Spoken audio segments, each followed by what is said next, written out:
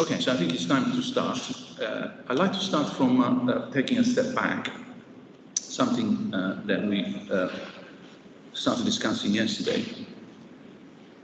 I told you that part of the discussion on complexity and the different kinds of complexity was meant to be a gentle introduction to the more political aspects of the digital revolution. I do believe that ultimately the political aspects are the most important. A bit of a confession on my side is also a personal evolution. I started as someone who thought that, not only thought, but was taught to think that a real big, important core business in philosophy is epistemology, metaphysics, logic, maybe ethics, but these are the real key disciplines. But above all, that any real big philosophical thinking happens at the epistemological and ontological foundations of our culture, etc. I've come to realize that actually that is true, but it does not mean that that is the actual goal of philosophical analysis or philosophical understanding. The truth is that if you keep thinking, oh, by the way, that lesson is given to us by Kant. From Kant onwards, Kant reconstructs the past, as all good philosophers. Every good philosopher reconstructs the past, leading to him, normally, self. So the whole world was just because things were going to be right here, right now, and now I'll tell you how it goes. It's a bit of a vice that any philosopher, small, big, etc., has. Now, Kant has that particular view. If you even remember something from high school, there's the empiricist tradition and the rationalist tradition. Now, if you believe Kant, this is two coherent lines that end up converging in the Kantian system. To do that, Kant gives us a sense of the history of philosophy that, especially the modern kind, begins with Descartes. Now, we have inherited that view.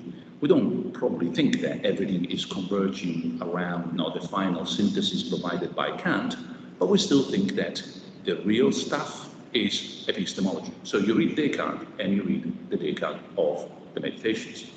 You read John Locke and you think that Locke is an empiricist whose most important contribution to contemporary philosophy is his epistemological theory.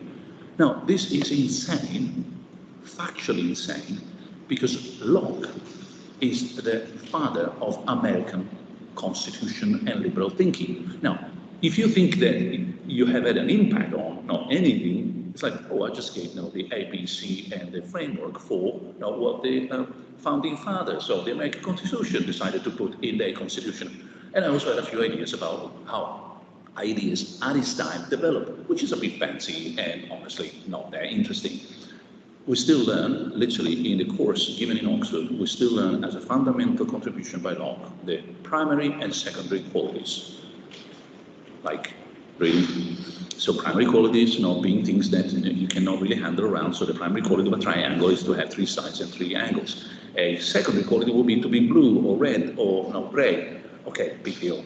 But honestly, compared to having provided the foundation of liberal thinking, it's another different sphere. But if you grow up in that particular context and absorb the Kantian lecture is epistemology is the queen of all disciplines. And rationalists, empiricists, they will live here. Transcendental philosophy, problem solved. I don't know if there's anything else to do afterwards. Now, also in the case of Kant, for example, some of the most fundamental contributions by Kant are not epistemological, certainly for people who are not Kantian. But for example, the whole contribution to cosmopolitan thinking, the project for universal peace, the thinking about ethics, which still nowadays is fundamental, compared to his epistemology, unless you are someone like me, a bit of a Kantian, well, a lot of people just don't buy it. So with that plus the next lesson, which is the lesson we received from the second round, meaning a little bit Frege, Russell, Wittgenstein, the Holy Trinity in analytic philosophy, and Husserl, Heidegger, the two other saints on the German philosophy. The real thing is not epistemology, is one way or another language. Semantics, philosophy of language, philosophy of mind done linguistically, philosophy of logic in order to discover the foundations and the granularity of language. One way or another, you move in this simplified history from metaphysics, Greek and medieval philosophy, to epistemology, modern philosophy, from Descartes all the way to, say, idealism, contemporary philosophy. Frege, Wittgenstein, Heidegger, Husserl, Russell, depending on your orientations, onwards, philosophy of language. So, from thinking about the world to thinking about your knowledge of the world to thinking about the language that enables you to know about the world. 1, 2, 3, this is actually the history of philosophy as I learned it once in Oxford. Michael Dummett has several pages on this, and is not the story. Now, you may imagine how disappointed I am now in my late 50s to realize that you've been taken for a ride for decades, because that is not the way we should understand philosophy really. We go back to the actual sources and you start realizing that what is permanent in philosophy is an attempt to understand the world, our knowledge, our language, in order to have a decent life, in order to have a decent society, in order to improve politics. In other words, it is philosophy of law, political philosophy, ethics, philosophy of social sciences, if you like, that are the ultimate goal. So what has happened, at least in my own education, is to be confused about where you start from with what you want to go. I'm told there's an echo on one. So I think if we turn that down a little. Okay, thank you. Once you get confused about the foundations, meaning we need to do this first, otherwise we're not going to get there. 2, that's where we want to go, but clearly the whole story becomes quite confused.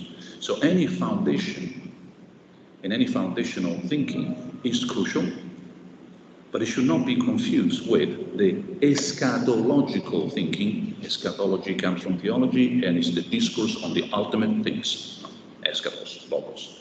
So once you overlap the foundational thinking as if you were also the thinking about the ultimate things, you get lost.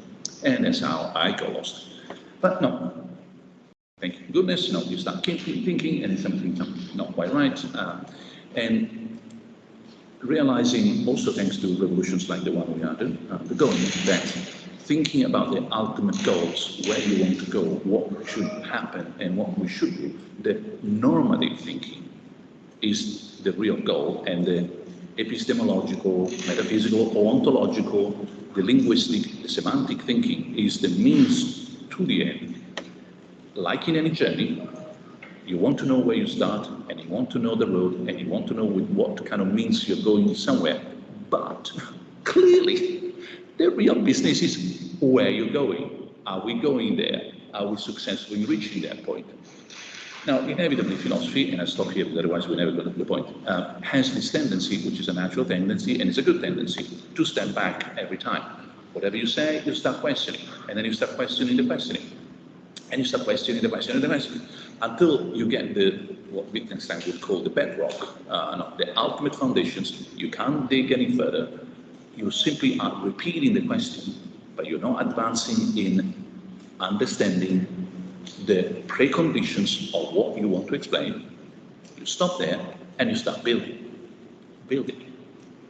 We can't simply just keep digging and digging and digging if the final goal is not, once you reach that point, grow a proper way of understanding the world, design the future, and implement it. So other philosophers becomes less important. I gave you John Locke because, of course, I've been too much brainwashed by decades in Oxford. But I'm sure there are other contexts where the misunderstanding of someone like John Locke is not unique. On this the importance of the lecture today. It does come at the end, but as in all the other things we've done before, let's not confuse the preparation for the journey, the starting point, for what is really important at the end of the business. So ultimately, what really matters is the political philosophy that will emerge as a new way of understanding our contemporary society and the future we want to build. This links to something that happened yesterday. I had completely forgotten. Well, we had a meeting nearby a foundation about social business, how we need to reinterpret what business looks like.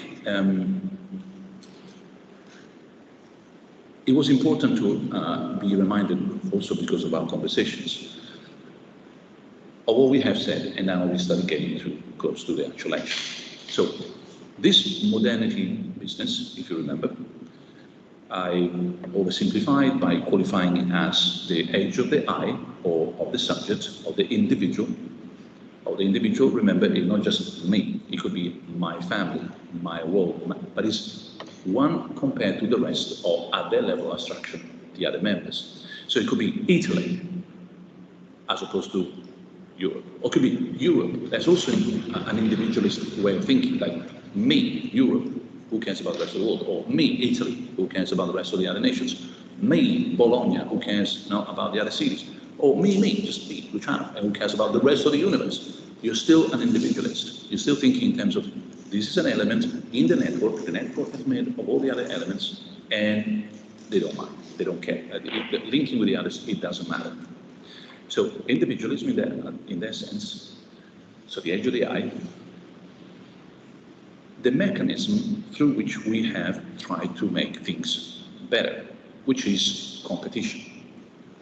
Now that, if you remember what I told you in terms of the two languages, with cybernetics evolving, borrowing from social sciences, etc., need to talk about agency, doesn't know how, borrows from human terminology, and then computer science needs to talk, neuroscience needs to talk about the brain, needs to talk about that in terms of an actual mechanism, some kind of processing, so borrows from computer science. The two mess of confusion all over the place.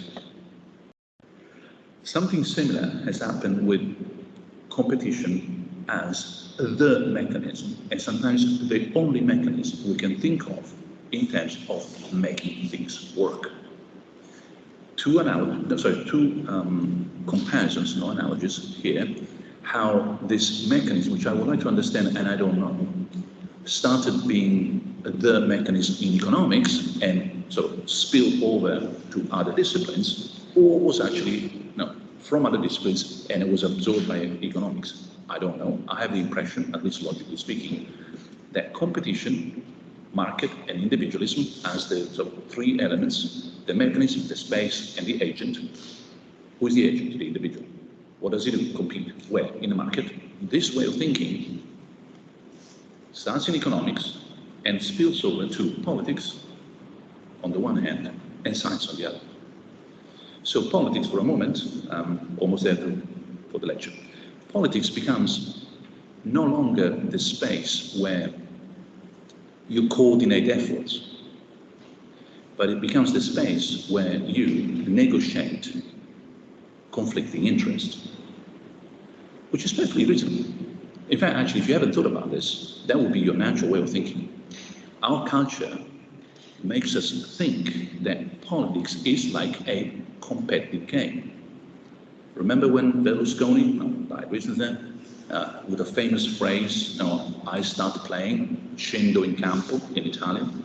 Well, that metaphor, the football metaphor, was perfectly in line and coherent with our way of thinking of politics as a fight. Someone wins and someone loses. There's a competition. The space is a social space, a political space. The agents are individuals, parties, for example, or politicians. So that space is no longer, never to be seen as a space where a lot of people need to be organized for something to happen. So how do we organize the party? And I'll tell you more about this in a moment. But becomes the space where everybody is in conflict with everybody else. My interest, your interest, how do we negotiate? My way of going home, your way of going home, on the same road. how do we get there without bumping into each other? Well, there is a negotiation that could be friendly, and if there's a bit of competition, you can overcome me, and then maybe you can go faster, etc. There are rules, but that is the world of politics. On this, remind me, there's an important point about the angels at stake. The other thing is science. If you look at the crisis these days of scientific research, you start wondering what went wrong. Now, the recent events are hugely embarrassing and is in all newspapers all over the place, I think even in Italy, of this big professor at Harvard fabricating all the data, is a social scientist working on fake information, fake news, etc., fabricated the data from scratch. You won't find her online anymore because, of course, Harvard has removed the profile and she's on leave. Someone just showed that the whole thing was totally a farce. Not unique. There's a big crisis, again, for those of you who don't follow this kind of topics, there's a big crisis of reproduction of results. Just Google, social science especially, no. And justifications that comes from, I need to publish your page. Is that a me or you? My lab, your lab. I need to get there first. Competitive attitude. The space is research. The competition is among agents. The competition has winners and losers. The idea that science is an exclusively competitive world, so is education. Bologna must compete with Milan for the best students. Yes, but not necessarily. Maybe it has to work with Milan. Trivial example, Cambridge, Oxford, Harvard, Yale. No, who wins and who loses is always a boat race. I'm not saying that is wrong. I'm saying that is walking on one leg. We're missing the other. And you can't simply limp your way through history on the agents only, individuals only, at whatever level of granularity, competition only, and there's a space within. Almost anything becomes a market. A market for students, a market for science, a market. There are scarce resources. Resources have to be allocated. How do we allocate it? Competition. So we have an open call for, etc., etc.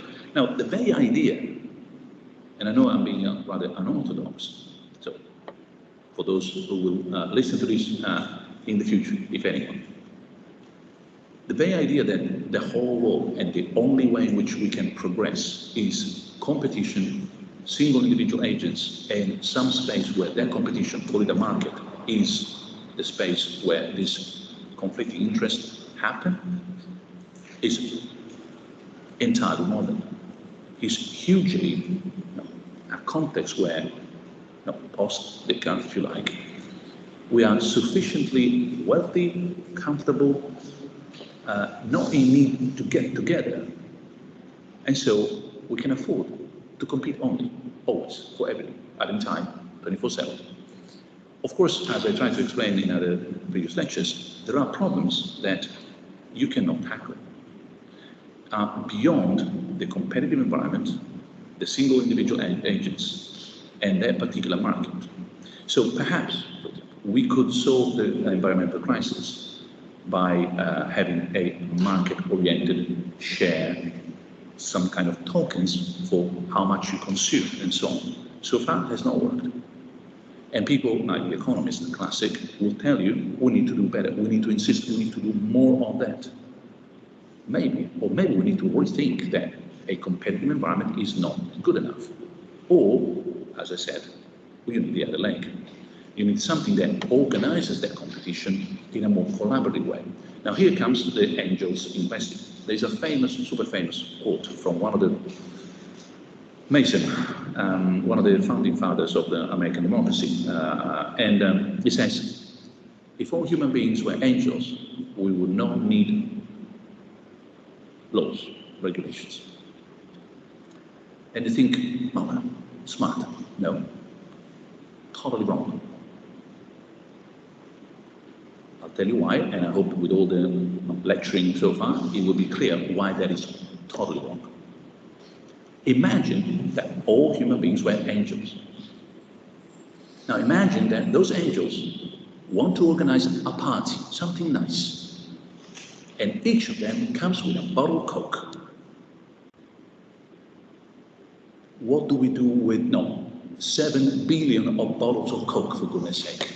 Thank you, angels, but get organized. Someone brings the pizza, someone else has to go something else. No, a society made of individual angels, remember, angel 1 and 2 and 3, and they're all nice, they're all good people, they all want to do the right thing, they all take shorter showers, but they don't get organized.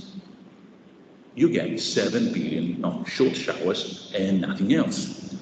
I thought it was helping. Well, yeah, but what about?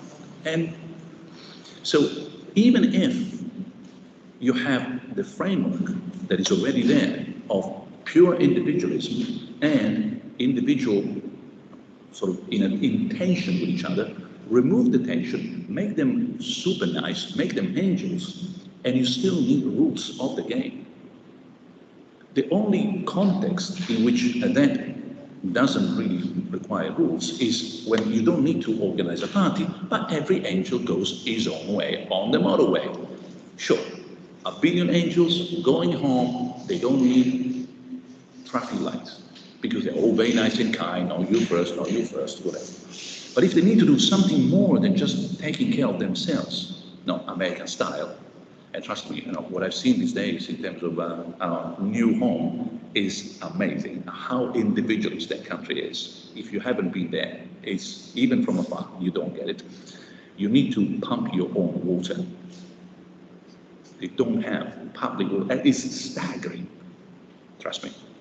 You live outside, 2 kilometers from Bologna, you will not have public pipes. You have to get it from the soil, with of course plenty of extra work of certification, making sure the water is clean, but you have your own water pumped from underground. Now, with that mentality, you go far, but not far enough. You never organize the party. You just get a lot of people going their own way.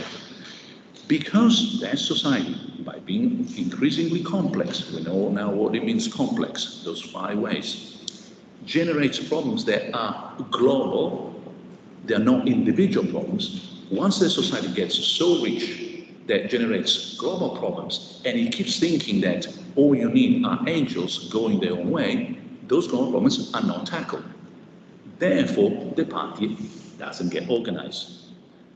Ultimately, what you really need is to say, if all human beings were angels, we would still need rules to get together. You will need a politics of consensus, of organization, who does what when, who collaborates or cooperate. Of course, coordination might happen just naturally. Remember when Em and I were in the same dorm and eating all of each of us his own or her own way, etc., and we didn't care?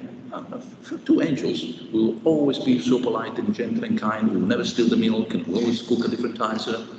But we can't make a dinner because maybe we both cook extra pasta. So out of the metaphors, which I hope are sufficiently clear and robust to make the point, we need much more. We need the other leg. We need a communal, social, organized way in terms of having a goal, other leg. So interests are there. Remember the 2 engines, open and interest? Days ago. Interest is there. But this is a 2-engine airplane, and we can't keep going with only 1 engine on and the other one off. We're totally skewed. We're flying at such a degree of skewness that we're not going to save ourselves on this planet and the planet if we think that all it takes is individuals. So Mason was wrong. On top of that, we're not angels. So not only if we were angels, that would not work, but we're not even angels. Because yes, we are a bit Socratic agent. Remember the Socratic agent? Good but stupid, so we're stupid. And we're also Hobbesian agents. We might be intelligent but nasty. Now put in each of us, 50-50 make it. No, you are 50%, I'm 50% Socratic, 50% Hobbesian, a bit stupid, a bit intelligent, a bit selfish, a bit altruistic. Put the agent in the world, make the agent interact only for personal interest. zero sense of what needs to be done together, and not only you don't get a party, with angels, but you get an increasing problem getting worse by the day, which is exactly what happens around us. Society increasingly unfair, more conflicts, and an environment that gets worse by the day. At some point, the evidence is so robust that you think surely people will start rethinking the whole foundation all the way. Where did it start wrong? I mean, when did we take this road that led us so down the road? We don't. We stop halfway through and say, we need to have a better market. We need to have better individuals. We need to have better competition. No, we really have to think even further back and make sure that there is also this other road that we need to take. If it is only a matter of improving the market, we're not going to make it. We can start the lecture. Because now the point is, okay, what kind of world we would like to live in?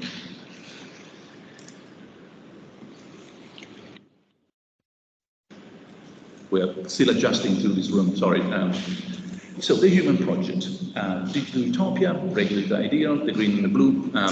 We do have a bit of time, but I will go rather quick, and we will finish. So give me some time. By the way, people online, do they also see this little patch, or can I leave it here? I know. You don't see it? Okay. So in case I can just leave it here. That is. Okay. Apparently not. Thank you. Okay, so as usual, clarifying what we're talking about, what is utopia? Is there something called a digital utopia these days? There are 3 problems and 3 solutions, which I will merge. I put them there as separate, but I will do problem, solution, problem, solution, problem, solution, and then how we could have some kind of regulative ideal rather than, strictly speaking, a digital utopia. Regulative ideal is a Kantian terminology to mean where you would like to be, but being a regulative ideal is something that helps you to move in that direction, even if you never get there. For example, I would love to be 78 kilos. It's a regulative ideal. I know I'm not going to get there, but the closer I get, with my diet, the better. And the green and the blue as a regulative ideal. So this is, just to refresh ideas, we are adapting the world to our technology. We have done that forever, but given how profoundly influent technology today is, we're doing this even more intensely. I won't stop here because the enveloping has been part of our discussion. We're doing this in this particular way, lower cost, more computation, more data, better machine learning, better algorithms, more Internet of Things, more on life. In doing all this, although that is an unusual way of thinking, you would hope that there might be a project behind. Of course, not so much. Normally what happens is that we, as everything in our individual life, in our family life, in our social life, in our political life, we move, we change, we readapt, we rethink. It's not that one has like, okay, for the next 10 years, here's the plan. But you would like to think that, at least philosophically, we might have a project. What society we would like to live in? Normally, what you find here is something that nobody reads anymore, a political program. You read the manifesto of a political party, and that is the description of the society that they would like to bring about. They normally tend to be rather positive. They never tell you, we're going to discriminate people who think differently from us, but they will tell you, for example, that they will put Italian first, or that we don't want to have immigrants in the UK, etc., etc. But that kind of world that politics wants to build is more or less realistic. What is so beautiful, so amazing, so extraordinary, we call it a utopia. Now, everybody here is a grown-up, so you know where the word comes from, no place. And the view is that there is a no place somewhere that you can describe, which is such that that would be, if only we could get there, if only our society could be such that this and this and this and this would be normal features, more on this. Now, utopian thinking goes all the way back to, although not the terminology, to Plato's Republic, at least. So you read Plato's Republic, and one way of reading it is as a description, a blueprint of the society you would like to live in. But people find confusing reading the Republic because it also tells you a lot about human nature, the individual, the agent. You are no longer confused once you know that for Plato, the city and the individual are two ways of describing a multi-agent system in our own terminology. So the city is a very, very, very big organism. The individual is a small organism. But the move between one and the other is natural because the city is made of individuals, citizens, and the citizens are part of, share with the city. So I don't find it particularly confusing, but you hear people say, oh, is that a philosophy of mind book, or is it a political treatise, or a bit of both? Plato is confusing. No, you just had this view that between the individual and the citizen and the city and the community was just part of the whole, so you can move seamlessly between the two. Back to us, otherwise it's not a lecture on Plato. So Utopia is the kind of perfect social reality that you can describe, imagine, and therefore becomes a sort of goal or where you would like to move. The closer you get to that utopia, the better, in theory, the sort of city or nation state in which you live. So a utopian thinking, this comes a little bit from Kant. It's not Kant, but I think I learned it from him, at least. If you don't like it, it's my fault. If you like it, no, give it to Kant. Has two tasks. One, it enables you, by having an ideal government, for example, to criticize the one that you have. Like, you should be here, you are here, this is the gap. They should be all honest. Some of them are not. But think how much improvement there is there. Then there is the project. So it's not just a critique of the present, but also a way of saying, well, I'm not just saying things are not working here, I'm also telling you how they could work properly. So yes, decrease the dishonesty of politicians, for example. No. Or all politicians in an ideal state should be highly educated. The current ones are not so much so. So critique of the present, but also a project for the future. Normally, the perfection of this utopian thinking has these three components: space, time, and people. And depending on when that utopian thinking is happening, you have a perfect space, paradise, a beautiful island. I don't know of particular ways of doing utopian thinking in very northern countries, but not the ones that we normally expose. Is it good weather? There's often a beach. Palms, blue sea, stuff like that. And there's no grey weather and bad food.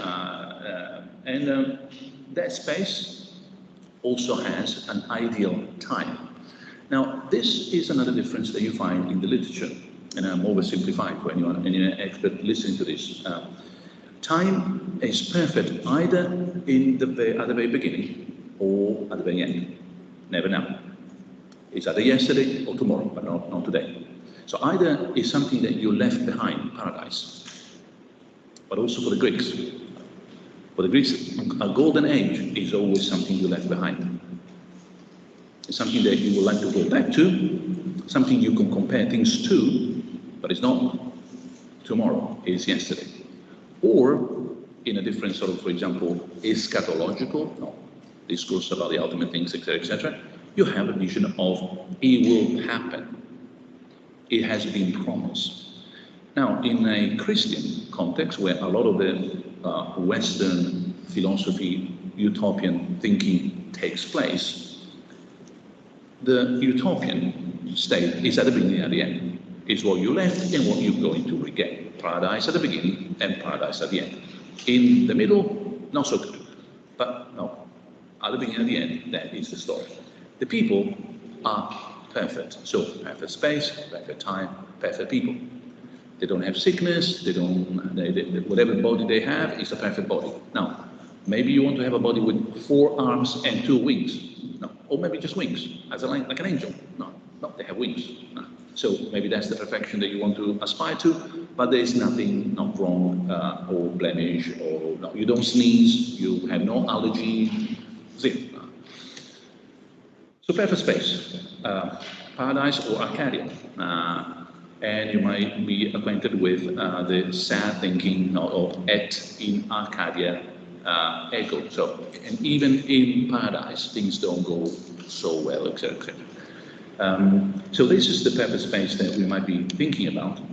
The perfect time, I told you, golden age, which might be either behind or coming.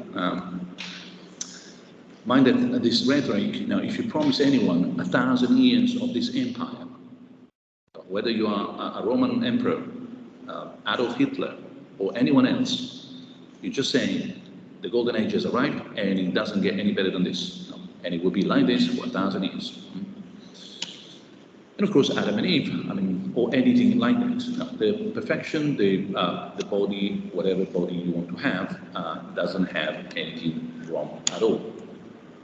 The counterpart is dystopia. Now, this is important to understand a little bit more carefully. One thing, okay, it's the other side of the coin. Utopia, dystopia, same stuff, just negative in black. No, not quite. Whereas the utopian thinking normally starts with a space, ideal, and time is, I'll tell you more about this because it's crucial, frozen. It's just the same time. There are no seasons in paradise. You don't age in paradise. Things don't get any better in paradise. It's not, tomorrow is another day, only here. Not in paradise. Tomorrow is just the same day in paradise. It's a long day. No. The dystopian thinking is actually more about an imperfect time. And normally it's our imperfect time. This world has gone really wrong. Or whatever world you have in Asimov or Star Wars, but their world is the same world. It's not, there's another place where things are a paradise, Arcadia. No, this thing has developed in such a way that its future is dystopian. So there's a symmetry between the topological, topos, space, utopian thinking, because it starts with the topos, and then anything else, and the chronological dystopian thinking. Ages of crisis like ours have very little topological thinking in terms of utopia, and a lot of dystopian chronological thinking. All things will go from bad to worse. The future is just going to be even more of a sacrifice. There's going to be more global warming. AI is coming and stealing my jobs. The next generation will not be better off than the current generation, etc. Or all the way down to the ultimate sort of catastrophe. So, is there a particular version today? This is just a little bit of warming up. But is there a particular version of utopian thinking today that has a digital flavor? So is a specifically digital utopia thinkable? Well, I would say that there is, but in a funny way, because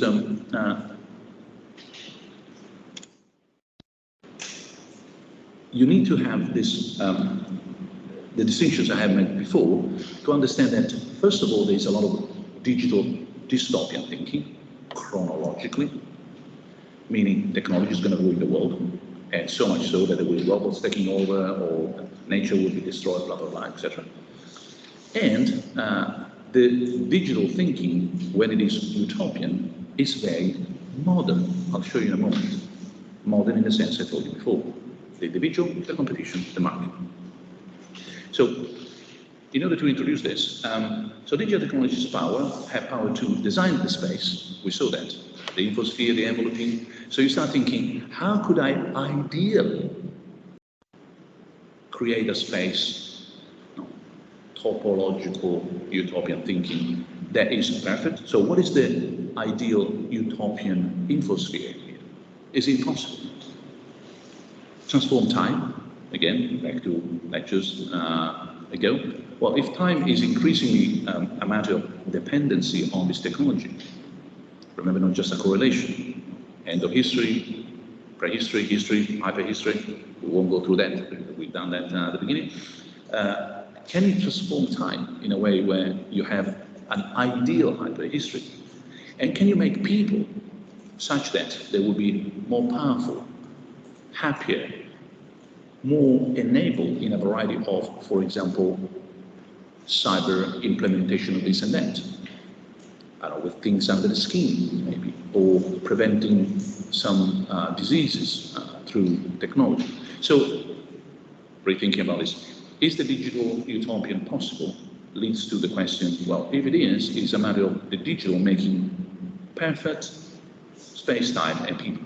Space as a perfect infosphere, time as a perfect hyperhistory, and people as perfect some kind of digital agents, maybe cyborgs, or informational agents, or informs. So, perfect space, as I said, we have been here for a long time, and it has been increasingly urban space. You may think that naturally, but it doesn't have to be. Now, Arcadia, initially, or the paradise, they're very green, they're very natural. There's a lot of rivers and woods, but the thinking that we have now is very urban, and we have to thank Plato, Augustine, Mora is the one who coined Utopia, in terms of, it's no longer a perfect island, but it's a perfect city in an island. So, oversimplifying, a culture that has moved from prehistory to history, a culture that has seen urbanization and the agricultural revolution happening, has reformatted its thinking in terms of perfect space is not a garden. It's not a garden of Adam and Eve. It's a perfect city. And we do that silently, and I want you to warn against that silent way of assuming that, of course, Utopia was a perfect city. That is very culturally oriented. Of course, we've been thinking like that for thousands of years, not Plato, onwards, even before. And the dystopian Babel, and how that really went downhill, but it's still about a city. It's a human construction, or where we get together in a way that is not in the forest, etc. So, perfect space, that's the way it looks today. It's a perfect cyberspace, and the utopian thinking you get is mostly from, if any utopian thinking is available today, my challenge is that most of it comes from smart cities pamphlets. Literally, and there's a PhD thesis here on the representation of the city as a utopian space in smart cities literature. They mostly look like that. And I, of course, picked that up because is a single guy, male, done some sort of exercise probably, with a little robot dog. The city, I've already shown you this, I think, did I show you this already? I can't remember. No, from your faces, no, okay. So as you can tell, this is a very known Blade Runner. Blade Runner is an important movie for 1,000 reasons, so if you haven't watched it, by all means, that's good homework. But Blade Runner taught anyone about science fiction the fundamental lesson that history doesn't jump altogether. It's not that all cars are new, all buildings are new, all things are robots. History doesn't work like that. We might have one day flying cars and an old Bentley or whatever, and an old 500 by someone who is still going around because he's a nice piece. So, of course, things develop organically, and not here, not in this utopian thinking. That's why that is entirely utopian. Utopian thinking has zero time. Remember, everything has changed, everything is perfect, cannot be perfected, because if it could be perfected, you would be there. If you could improve anything in that utopian perfect world, you would have already implemented, because it would mean that you're not there yet. So if you are really don't care about utopia, tell you more about this, which is crucial, time does not exist. If not as repetition. The same happens again and again, but it cannot move. I cannot get any faster in running because I'm in utopian. So I run as fast as I can possibly ever run. If I could run any faster, you get the point, right? So, cyberspace, smart cities, anything that smells like we need to go on Mars. The safety of this humanity is to create, some civilization on the other. This is, apart from being escapism and rubbish, normally defined as BS, to be polite, it's also a bad way of thinking in terms of utopian place. So the individual here, the solitude in this place is staggering. Perfect time. This is techno-eschatology. You can be fancy sometimes. If you want to impress some simple-minded people. But you know what I mean here. No, eschatology, the discourse about ultimate things. Techno-eschatology is what you get a lot from some pop culture, often Californian, rosy pictures. Everything will be solved by blockchain. At some point, a few months ago, there was no conference I would go to that there was not a blockchain solution for it. Like, seriously? And of course, everything will be on the metaverse, and it will be wonderful. We will work, we will be happy, we will eat well, we will exercise, we will work together, we'll be more productive. Techno-eschatology. I mean, basically, technology is the solution, will lead to a perfect time. And any advertisement you get, or any technology these days, remember how technology has stolen the discourse about hope? Well, there you are. Techno-eschatology does exactly this. Now, the future is coming, it will be better, and that better future will be the ultimate future you need until you get there. And once you're there, you wait a little year, or maybe two, and says, well, no, there's a better future tomorrow, even with 4 cameras. Who needs 3 cameras these days? You still have 3 cameras on your iPhone? You must be joking. There's so much yesterday. 4 cameras. Perfect people. This is Humanity 2.0. Actually, this is a real terminology. Humanity 2.0, transhumanism. We need to finally get to grip and possess our own humanity in a biotechnological way, improve ourselves. People will never be bold again. I'm keeping it light, okay? So for the men in the room and listening to this, there is a Humanity 2.0 in which we will always and forever have beautiful hair. Now, just thinking that only women cares about hair, you must be joking. I mean, just see, anyone aging, any human male. I'm told that what my grandfather did, at the end of the day, it was completely bald. But the things he tried, he was a doctor, a medical doctor. I mean, he knew they're all dead. No. Alchemy was totally pointless, and yet. So there is a Humanity 2.0 that on transhumanism there as a perfect people. The idea that you can improve whatever skin, eyesight, hearing, muscles, etc. And attached to that, there is a bit of a niche, but not so much, cultural world of people who actually do this on themselves. They experiment with technology, they augment their abilities, etc. They cyborged themselves. That is still part of the sort of idea of a digital utopia. So there is a way in which we are absorbing from our culture a digital utopian way of thinking where space, time, and people will get there. At some point, there will be perfection. A better time, a better space, a better nature of humans. We have, of course, in all this, several problems. I'm going to highlight 3, because I think they are philosophically the one that really matters, but happy to be told that there are many more. So don't get this as the ultimate, at least. And 3 solutions.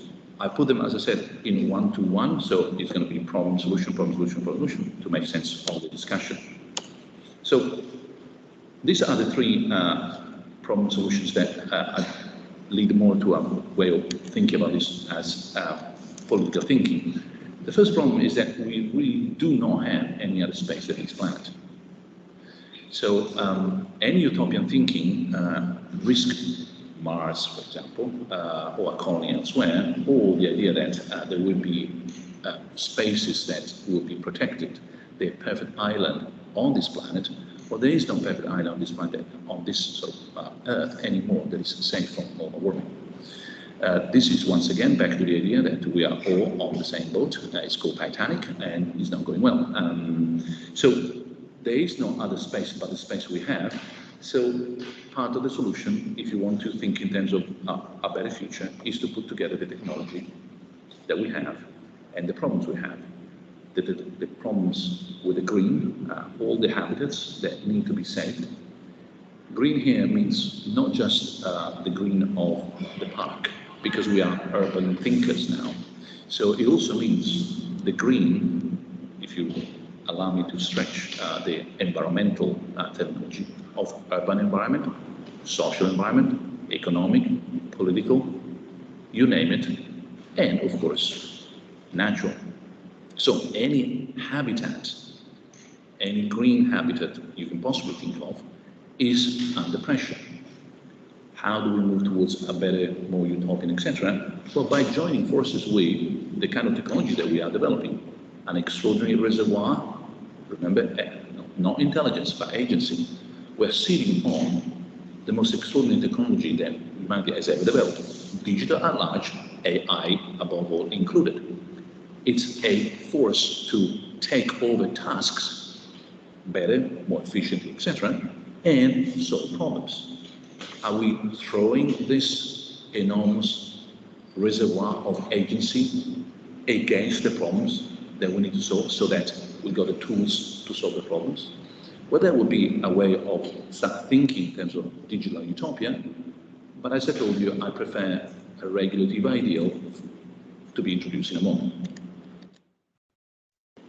This means, if we could do that, for example, but there are other, but this is classic, so I thought I could introduce you to this, moving from a circular economy that we have had forever on this planet, until just a few hundred years ago, all the economies on this planet were circular, meaning also very poor. You cannot waste anything. As they say normally, you don't throw anything away of the pig, because there's only one pig, and you eat even the ears of the pig, one way or another. You don't throw away a plastic bottle, because you will need a plastic bottle not to, say, fill it with, etc., etc. So, a long, long history of circular but poor sort of economy was replaced by technology in roughly parents, grandparents, depending on your age, looking at me. So a generation or two ago, roughly post-war, with a linear economy, where you take from the world, you build, use, consume, throw away, and start again.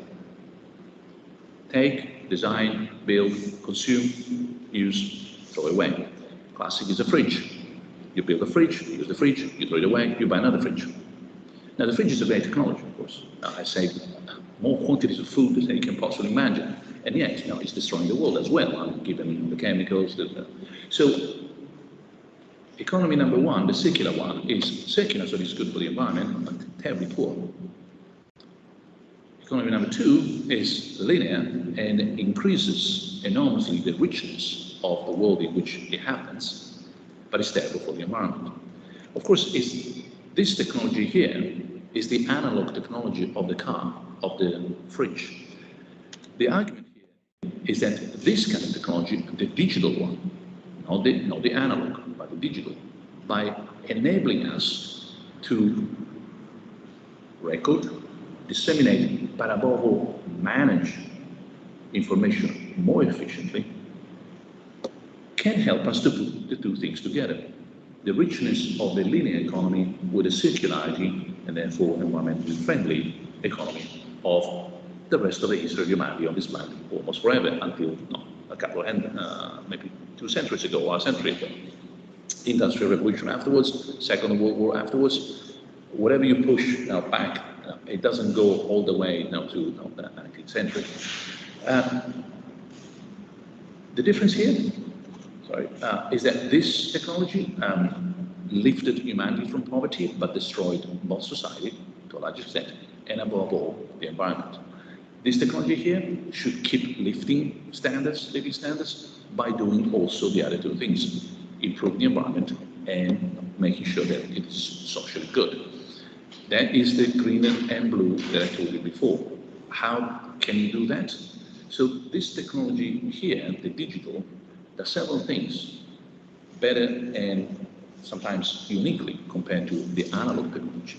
One, it enables us to do much, much more with much, much less. Classic example is candle, bulb, LED. To have this amount of light with actual candles, we wouldn't be able to be inside. No, there would be thousands of candles. It would be an amount of waste that would be ridiculous. You move to this kind of lights. I don't know if I showed it a LED or not. Say that you're usually warm, you can't touch it bulb at home. Oh, that's worth 100 candles, or like 60 candles. Well, you use one instead, and certainly is an improvement. But you get a LED. A LED consumes a fraction of the energy of any bulb. It's as good as, or even better than, you can have all the possible atmospheres in the house by regulating the light of that LED. So you can do infinitely more with a fraction of the energy that we were using in the past. That is the kind of sort of good for business, good for society, good for the environment. I have better light in the house. It's good not in terms of selling new technology, but it's also good for the environment. So more with less, differently, things that we have been doing in the past, but not so well, or they could be done much, much better. A couple of examples. One, I already gave it to you, the folding of proteins. That has been revolutionized by technology, digital technology. It's unprecedented. And it's the real thing, as opposed to, can play Go better than anyone else? No, who cares? But can fold proteins faster and better than anyone else. That is going to make a fundamental difference to the pharmaceutical industry, human welfare, etc. But think in terms of design of any goods that we have. A lot of the design that we have is not thought in terms of recycling or reusing at the end of the life cycle of the object. Now imagine the chair on which we are all sitting. Are these chairs being designed to be recycled or reused or not?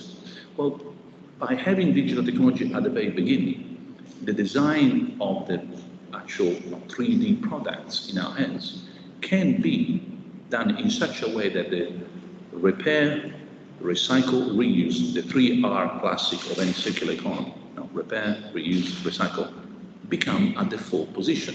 Now, if you think that the chair doesn't matter, the car industry is already doing it, partly because you put pressure, legally speaking. Your car must contain, let's say, 8% of recyclable material.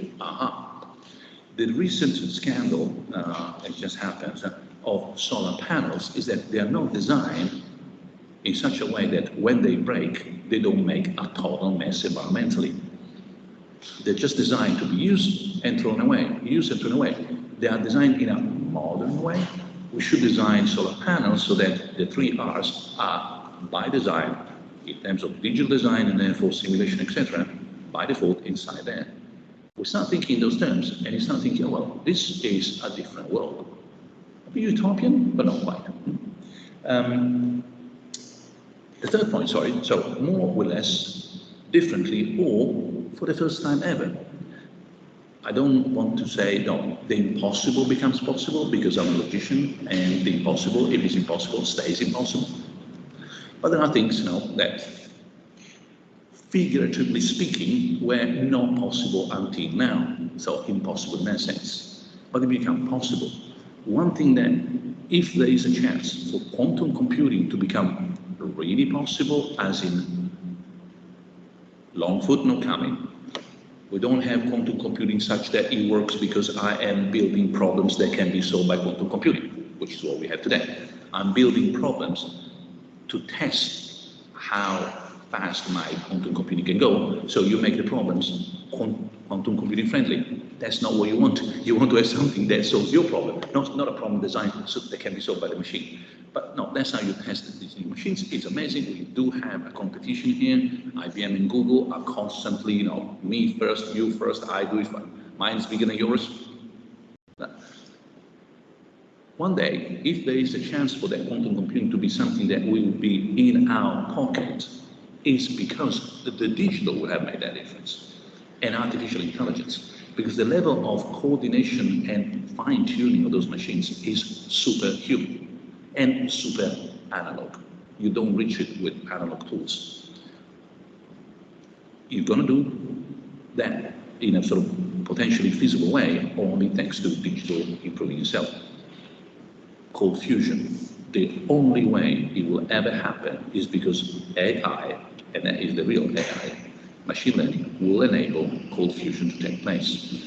The amount of data and sophistication that is required, computation, for that to happen in a way that we know nature has done it, except the sun is on, well, on this planet, safely, in a way that doesn't get more input in terms of energy than he actually outputs because it's not convenient, well, only through digital technology. So doing something that until yesterday was not possible, not yet possible, quantum computing or cold fusion, that will be because of the digital technology here. Now this is a change in paradigm. So when I hear green parties say, we don't like the technology, I agree on this step. Yes, technology has destroyed the environment. True. It also saved lives in a number that is staggering. This technology, you need to upgrade your green credentials. In fact, if you look at the German and the French green, they make this part of the program. The digital as part of the solution. Digital technology is something that can be leveraged. In Italy, I'm not so sure. Not yet, maybe yes, but for someone like me, a bit too green for it's so good. The idea that you can have technology as no longer an enemy, but an ally to improve society and the environment, that is no longer a tool in the hands of business to squeeze the last penny or pound or dollar from the pockets of your consumers and the last ounce of energy from the environment. Who cares about the consumers in the end, as long as they make profit, which is the fridge idea, as opposed to a machine learning sort of program. But that is something that makes me feel a little bit better. We covered this in the past. You have also that report, thanks Emmy for finding it, the Vodafone and so on. So you know that there is a cost for all this, is a bit of a risk, etc., but it can be done. Problem number two, I already anticipate this. Utopian thinking is anti-time, and that is what makes it utopian, meaning it's not going to happen. Anti-time means what I shared before with you, that once you reach in an evolution the perfect state of whatever you want, you cannot longer improve it. The perfect triangle has nothing to look forward to. It can only be and keep being the perfect triangle. It's a bit of a curse of some perfect happiness. Perfect happiness can only be enjoyed, but you can't look forward to being happier. What is perfect happiness? 100% happiness. If the glass is full, it's full. You can't add a drop. It's 100% full of water. End of the story. All you can have is the glass keep being full. So as we all know, at least for the Italians in this conversation, when in high school we read Dante and Divine Comedy and so on, the really interesting speaking bits of it are in hell. The very boring bits are in paradise. And who remembers much about paradise? Yeah, I know, obviously.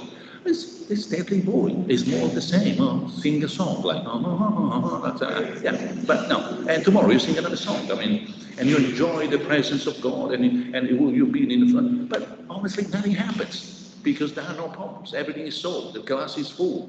So you just keep looking at the glass, and it doesn't go anywhere. The glass is full, and it's full, and it keeps being full, and it's full today and tomorrow. And at some point, you said, I don't know, break something, do something, get me out of here. Purgatory for a couple of years, and then I come back. Also because enjoyment in life, unfortunately, it happens by knowing the difference. We get used to everything. So once you get used to paradise, you start thinking, what's next? It's like being used to being healthy.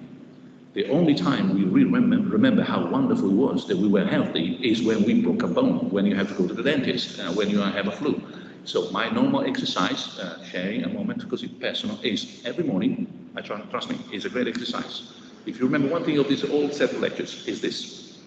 When you get your coffee, cappuccino, tea, oranges, whatever you have, think for a moment, seriously, I might be going to the dentist today, and then think, thank goodness I'm not. The rest of the day takes a completely different perspective. You do that on a regular basis every morning. I say, here I am with my cappuccino, that's what I drink today.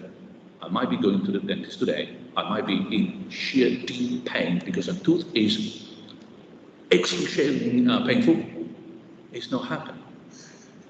And the rest of the day is paradise, because you know the difference. So back to us, as anti-time. Utopian thinking really is the end. Now this may seem to be funny, but be careful, because anyone who wants to change a utopian city is not tolerated, because perfection is not improvable. And if you think that you can improve it, we cannot tolerate that improvement. So there is a lot of intolerance in utopian thinking. Utopian thinking, besides, sorry, before I show you this, a little bit scary.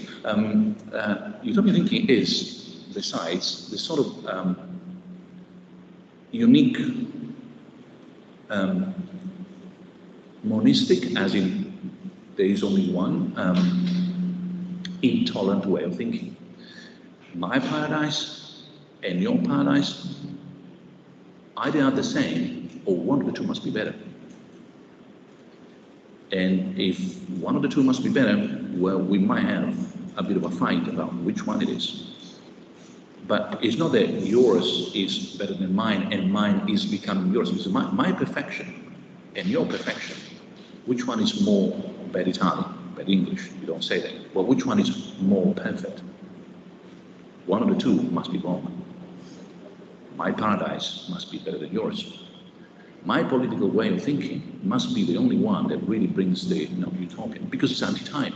There is no space for, okay, today is great, tomorrow might be better. Today I might vote a right wing, or say, without exaggeration, a centre left, because for today, that is the politics. But tomorrow, it might be a good idea to change your view and maybe go for a centre right, because that is the politics. That is not what utopian thinking teaches us. It teaches us only one, the only one, you get there, you stay there, and if anyone who disagrees, they are unfortunately wrong. You might be tolerant or not, but certainly their paradise is the wrong paradise. They just got it upside down. Now, this is a way of getting out of that way of thinking. So Pareto is a great scientist, happens to be Italian, but I'm not mentioning because it is Italian. He's one of those guys, Galileo, Einstein, Mozart. It doesn't matter where they were born. He's famous for his theory of equilibrium. There's a Pareto optimal equilibrium that is a classic in any game theory or economic course, etc. You might have bumped into this. If you haven't, well, you certainly have practiced Pareto equilibrium. If you have a cake and it's the two of you, the best Pareto way of dividing the cake is 50-50. Oh wow, it took a genius. It's a bit more complicated than that, but it means that the sharing in that case, or the equilibrium reached, is such that any other equilibrium would lead to some of the participants less happy, less satisfied, less sort of well off. So essentially you reach such an equilibrium that anything less than that would make someone unhappy. So it is an equilibrium. You cannot do better than that equilibrium, but, and that's something that might be not the second lecture on Pareto equilibrium, there are many cases in which the equilibria are different. Welcome to a Pareto frontier. The example is elementary, so I don't want to see any face like, oh, this is going to be different. No, it's stupid. So imagine that normally, no, that would be me and my wife. Imagine. So we are cultivating flowers and potatoes, and it doesn't matter who's doing what. No. So imagine I'm the flowers guy, just against the stereotype, and my wife is the potato girl. So different seasons will provide different quantity of flour in the same amount of space. We can have potatoes or flowers, and you can have the maximum amount of potato and the maximum amount of flowers. A bad way of not having a Pareto equilibrium will be only flowers, only potatoes. Or you can think, well, 50-50 or something. But imagine here, well, veggies actually, not potatoes. No. So imagine that the quantity of flowers is on the y-axis, and this is the maximum amount of flowers that corresponds to the maximum quantity of vegetables. Now, this point B is as good as, in terms of Pareto equilibrium, as point C. It maximizes, although in different quantities. Obviously, given the seasons, we might opt for B at some point in the year and for C at some point of the year. But the thing that we need to avoid is A at all costs. A is suboptimal. No matter what your preference is for flowers or veggie, it doesn't produce the maximum amount of veggie and it doesn't produce the maximum amount of flowers, independently of how much one or the other. Now, the yellow line indicates that for this elementary geometry, remember the point, etc. How many points are on that yellow line? An infinite number. So there's an infinite number of Pareto equilibria that you can decide to adopt. There isn't one. An infinite number. As many as the points on that yellow line. It becomes, therefore, a matter of negotiation, or agreement, or seasonal coherence, in this case, no? Summer, winter, etc., etc. This is important because it means that the perfect solution here is not one. Imagine that this is a matter of how many paradises are there, in which there is the perfect equilibrium between flowers and veggie. An infinite number. That opens up toleration, possibility of choosing between different perfect paradises in which there is a maximum sort of equilibrium between flowers and veggie. So Utopia is Pareto optimal. You cannot improve it. Not improvable. There is no better time in the future. It is the end of time. After Utopia has been reached, there isn't tomorrow. There's only more of the same.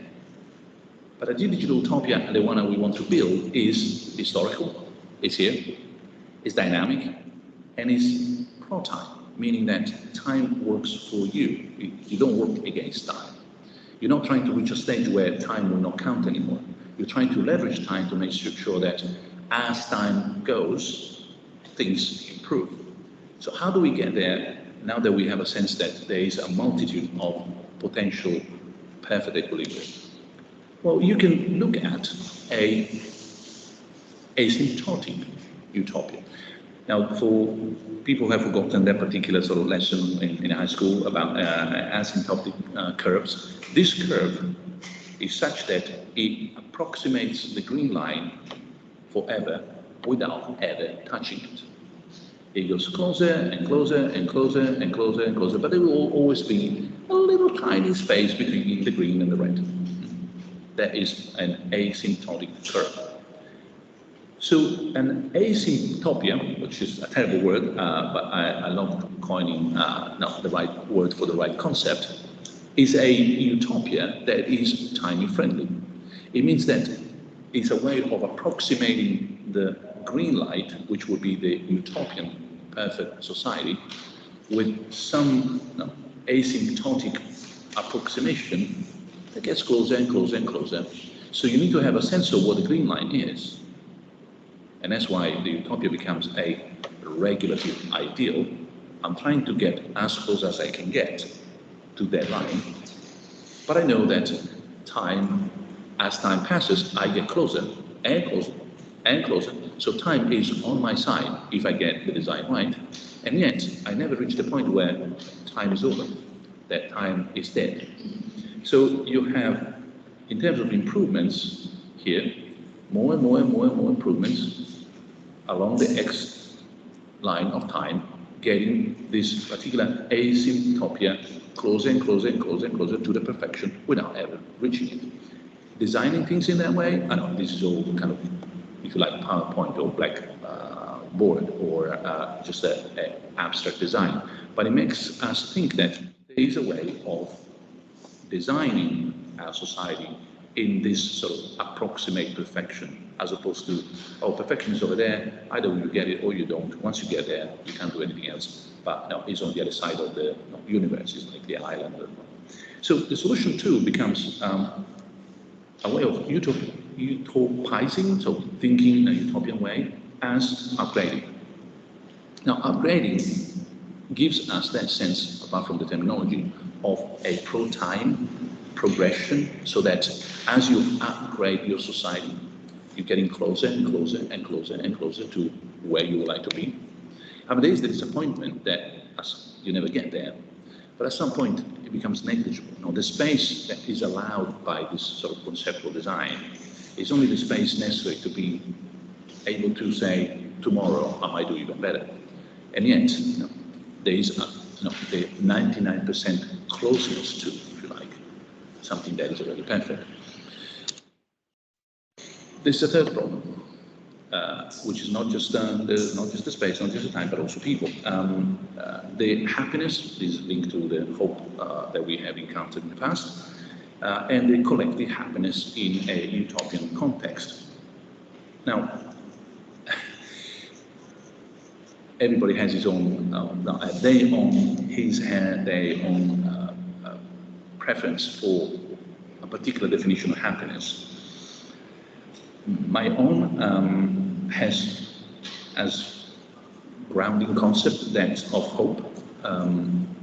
You understand why it's so important to understand that sort of hope interest, because once you have that, you can build on top of the concept of hope something that you desire and believe to be feasible, that there is a chance that might happen. Remember, hope has these two components. You look at me as if we were talking Greek. So, in the past, we covered this. We said, look, hope has two elements. One, if you hope for something, one, you desire there's something, and you think there is a chance that there's something may happen. Okay. So, you bought the ticket, because if you didn't, you do not have the hope of winning the lottery. You're just crazy. You bought the ticket, so you think, oh, it could happen, and you desire that it might happen. Once you have that hope, if the fulfillment of that hope, well, that would bring some level of happiness. That, oh, I'm happy. Something that I desired, and I hope was, that I desired, and that I thought was going to happen, it did happen. But unfortunately, happiness is something that doesn't last. As we know, you don't have to have a red leopardi to remember these things. So happiness is something that needs to be refreshed, so to speak. Hence the incremental fulfillment of hope. Together with a cappuccino and a dentist, that might be something else, another life hack that I have to pass over. Management of hope, therefore, becomes the management of happiness. People are unhappy normally because they have a gap between what they hope and what might actually happen. If you hope that you will be an astronaut, and well, the gap is going to be really big in terms of how fulfillment. So limited as possible, but not too limited. Stretched, but not overstretched, not understretched. Amount of hope for what might happen means that there is more likely that that might fulfill, means that I might get there, might be happy, and have another bit of something that I can hope for tomorrow, and then tomorrow. You can live all your life with these little hopes, an incremental sort of fulfillment of these little hopes, making you happy. How big and short and large, sort of extra large, extra small, these degrees of hope can be, that is individually decided. The problem that we have here is that it is not always something that you can aggregate. So my happiness, whatever definition you have, mine is this, or you have yours, it doesn't matter. My happiness and yours, sometimes together, doesn't mean that we have a happy couple. So imagine a very unhappy couple. Imagine it's the classic he and she, or whatever, or he and she, they, A and B. So A has some hopes and would have the incremental fulfillment of those hopes. No, A's incremental hopes.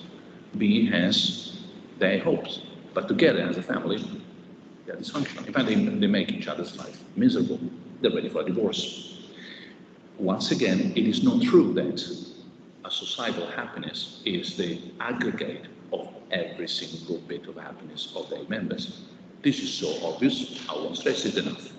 But clearly, no, there is something else. So social happiness as a sum of all individual happiness is really not something different from collective happiness. So you can say, well, look, a society is made of 10 individuals. The happiness of that society is 10 individual happinesses. Well, if you like that, we better talk about collective happiness as something else. Happy together, not I'm happy, you're happy, therefore everybody's happy. That way of thinking is, metaphorically speaking, is something that can happen in terms of, say, kissing. It's a bit of a daring analogy for someone foolish like me, but you can be happy kissing only if you kiss someone else. I mean, kissing yourself doesn't bring any happiness, I hope, unless you're sick. It's like a narcissistic level that would be really so worrisome. So is embracing someone. I mean, you don't embrace yourself metaphorically in terms of what is going to come next, but a real physical embrace, well, you have to have someone else. It takes two, as they say, to tango. It takes two to kiss. It takes two to embrace, or even more, not depending. As I said, dangerous analogy here. But that's the point I'm making here. So if the perfection of the society which we want to live is based only on the individual and the individual happiness, whatever the definition is, but we also need a collective happiness, because the happiness of all that sort of group will not be just the sum, the aggregate happiness of every single element in there. Now, we covered this, we're not going back to this, but technologies of hope hijack individual hope, do not address collective happiness.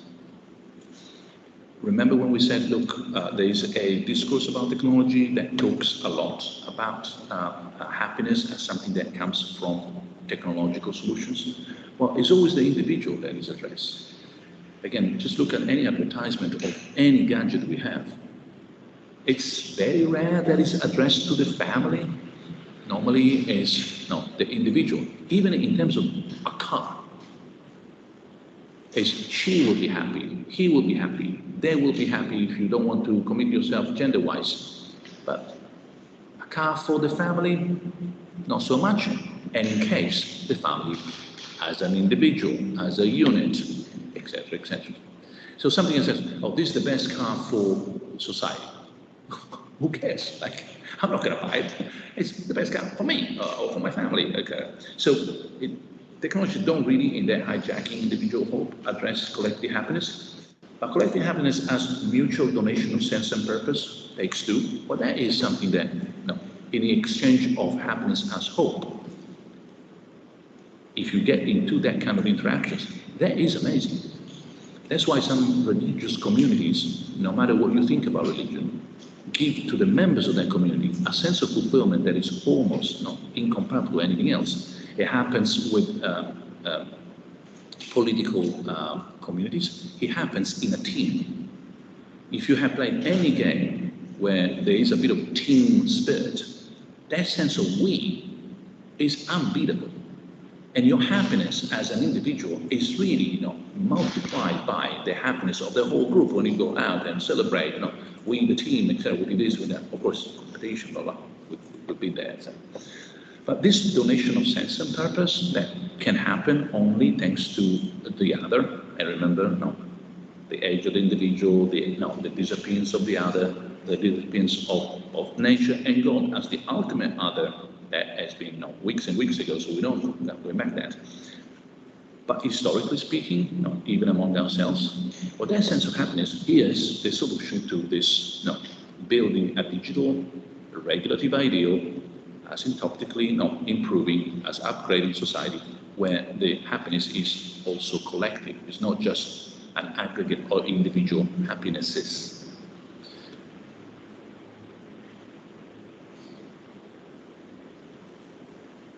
Let me step back in terms of a footnote for the more mathematically oriented people here.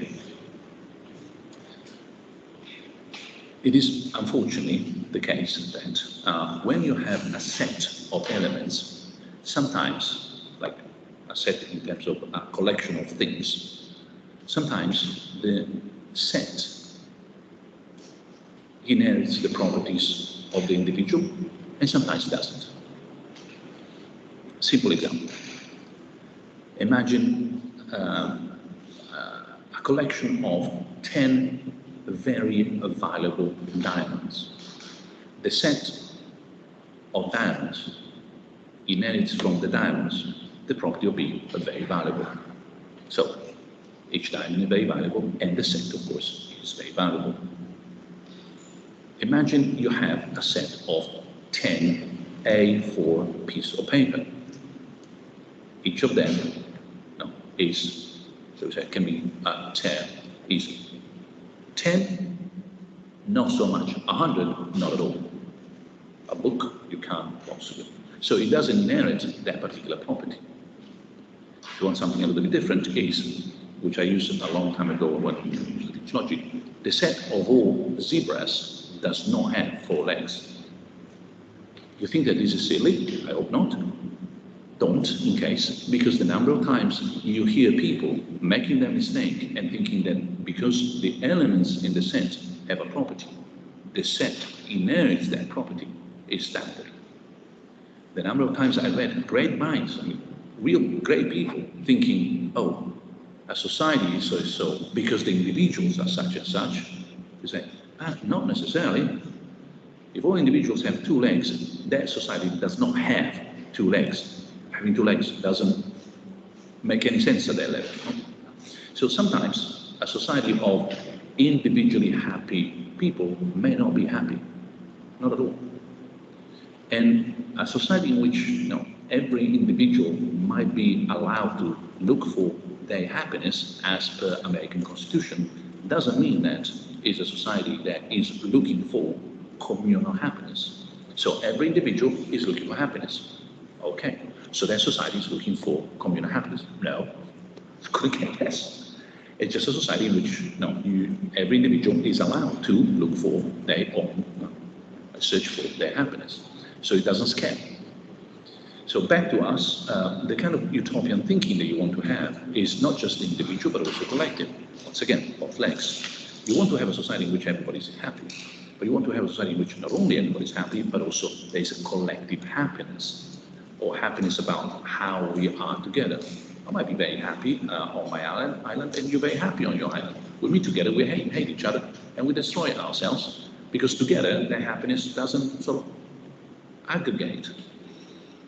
So any society, once again, that is built on individual happiness is missing at least half the story. Is something that is going to be inherited by the group, or in this case, so any society, for example, in which every individual has the right to be healthy, doesn't mean that society is healthy, not necessarily. Or every individual has the right to become rich. It might be a very poor society, because maybe there are 3 really very rich individuals and the other ones, etc., etc. So we need to be careful, end of the little footnote, about this property that belongs to the elements. Sometimes it does, sometimes it doesn't scale up. Often it doesn't. I gave you the diamonds example, but it's not very easy to find something that, for example,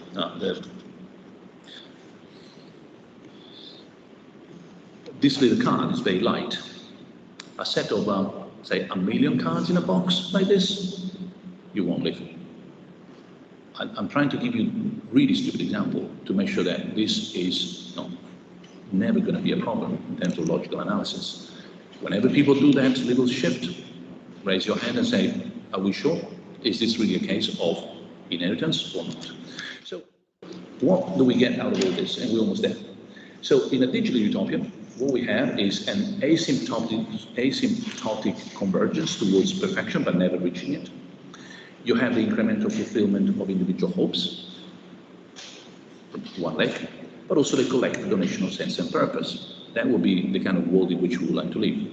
A world in which, or at least I'm presenting here, in which not only we are all happy as individuals, we're also happy as a collective, happy together, and in which things don't stop, but keep getting better and better and better.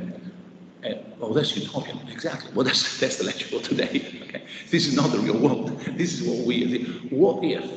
How wonderful, how amazing, how incredible it would be to live in a world in which everybody's happy, we have collective happiness, and things keep going better and better every day. Anyone there? Yes, me too. Where do we go in order to get there? So, in this case, so in this asymptopia, so to speak, AI is designed to treat every person not only as an individual but also as a member of a community, and every human project not only as personal but also as collective. Remember the other leg. So it's not just individual agents, but members of a community. And not only individual projects, but also collective projects. Is the difference between, if you remember the 3C, the little coordination of actions, the collaboration, the cooperation. And I stress this once more, because otherwise it starts sounding a little bit sort of dystopian, or just the collective, the squeeze of the individual, the end of me. No, it's and, not either or. It's yes, the individual, and what we do in terms of collective effort. Of course, it's about my single individual happiness, and you need to respect that, and my privacy, and my rights, and etc. That is a lesson we're not going to abandon. That is the good lesson of modernity. We want to keep it. But as often in the past, I told you, what's the next chapter? Next chapter is to rebalance that lesson with some collective and effort. A matter of being also a member of the community, not just me. And sharing with other members of that community projects that are not just about myself. Back to, I did have that picture in the end, that sense of governance that I've been hinting at as the ultimate discussion that we need to have. How do we organize all this? How we plan and design all this? So governance here is understood as control and direction. You control what's going on, and you need to have, therefore, the knowledge and the skills to control what's going on. A great manager that does real governance is someone who actually knows what's going on. When we hear that politics does not need technicians, well, we need to be careful to understand exactly what that means. It means that the people who have been elected have not been elected because they are technicians, but they've been elected for their political, again, is the utopian lecture, for their political thinking, for their political abilities, and for their political progress. But it does not mean that, therefore, they know shit zero, to be clear, about what they're doing. That is the counterpart of what you hear to say, it is important not to have people there, they are technicians. No, they need to know, and they need to know even more. They should be the most educated part of our society to be in charge of governance, therefore controlling and directing the votes, etc., etc. So if you have a prime minister who is not educated, well, that is not a great solution. There is room for improvement. Better say that aloud. If that prime minister or president or government is constituted by people who do not know what they are talking about, they have no idea, it is not a good thing. Oh, they are not technicians, as if the double negative was something that we really wanted. You need to have people with the skills and the competence and so on. Of course, that is strictly necessary. It's not sufficient. That's why you can't simply pick up a banker and say, you do the Minister for Economics, problem solved, because that job gives only the necessary, but entirely insufficient conditions for being a good politician. And the good governance here is not just not handling the current situation, so patching up as well, navigating by never losing sight of the coast, but having real project and management so that you start thinking, this is the society in which you want to live, blah, blah, blah. So once again, I've said this several times, this repetition of the point, not technology ownership, governance of the digital, and the governance of the digital requires a new human project. The gentleman who was with us, the colleague, had to leave, the one who asked what philosophy should be doing these days. Well, if some philosophers and a community of philosophers could actually give us a new human project, that would be time well spent. Everybody has their own way of contributing to the improvement of society, but if you are in the business of thinking, well, you should be thinking about something that really makes a difference, as opposed to playing games, conceptual games. Now, unfortunately, most of philosophy today is a conceptual game. You go to a philosophy lecture, and it will be amazing. It is a good piece, amazing, entertaining, intellectually stimulating game. It will be like going to a chess tournament. Extraordinary, but the world will not know the difference whether that happens or not. That chess game may or may not have been played, the world will be absolutely the same. A lot of philosophy today is exactly a chess game. Intellectually extraordinary, so much brain power that is incredible, and yet zero interaction with anything that is going on in the world. Entertainment, intellectual entertainment, which is fun. There's a big world out there, etc. But if you ask someone like me, a bit of a waste of opportunity. What we need is more coordination, not just emergentism. Emergentism is the view that if you put enough people together, sooner or later things will happen by having all these interactions among themselves. That a happy society, sooner or later, will emerge from a lot of happy people, individually happy, disregarding the fact that when they come together, they kill each other, because I'm happy one way and you're happy another way. You can do much more as a collective. And that's something that we discussed yesterday. It's crucial to understand that the 3C are not think small, but think more ambitiously. What the individual can do, or society can do in terms of individual effort, is nothing compared to what that society can do when all those individuals come together. Remember, 1, 2, 3, push, and you move the car. Individually, that is beyond your power, my power, and his power. So sometimes this is missed because, of course, the success of modernity in terms of, say, multinational, market competition, individualism, you can crack anything. No, of course not. Evidence is that we cannot. Doing more of that is not going to be better. No. More individual pushing the car, not without coordination, more angels, if you like, not getting the party right. But sometimes you get the impression that you go to the small conference of people, we should really reform capitalism, and they say, oh, that's a minority thing. Oh, yes, it's cute. Circular economy, are nice to have, but the real business, the real thing. We need to market, competition, blah, blah.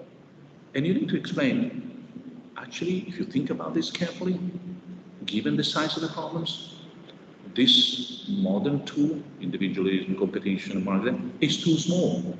And the kind of things that we discussed during that is the right size. You need humanity as such to tackle those problems. Otherwise, a lot of individuals will not make. So even yesterday, you could feel that people defending, if you like, a more socially oriented business, a more cooperative attitude to profit, etc., almost feeling like, okay, we're always going to be marginal. We're always going to be the small compared to the big business. True, as a matter of fact, wrong in terms of logic. The logic tells you exactly the opposite. You need size of solution to tackle the size of the problem.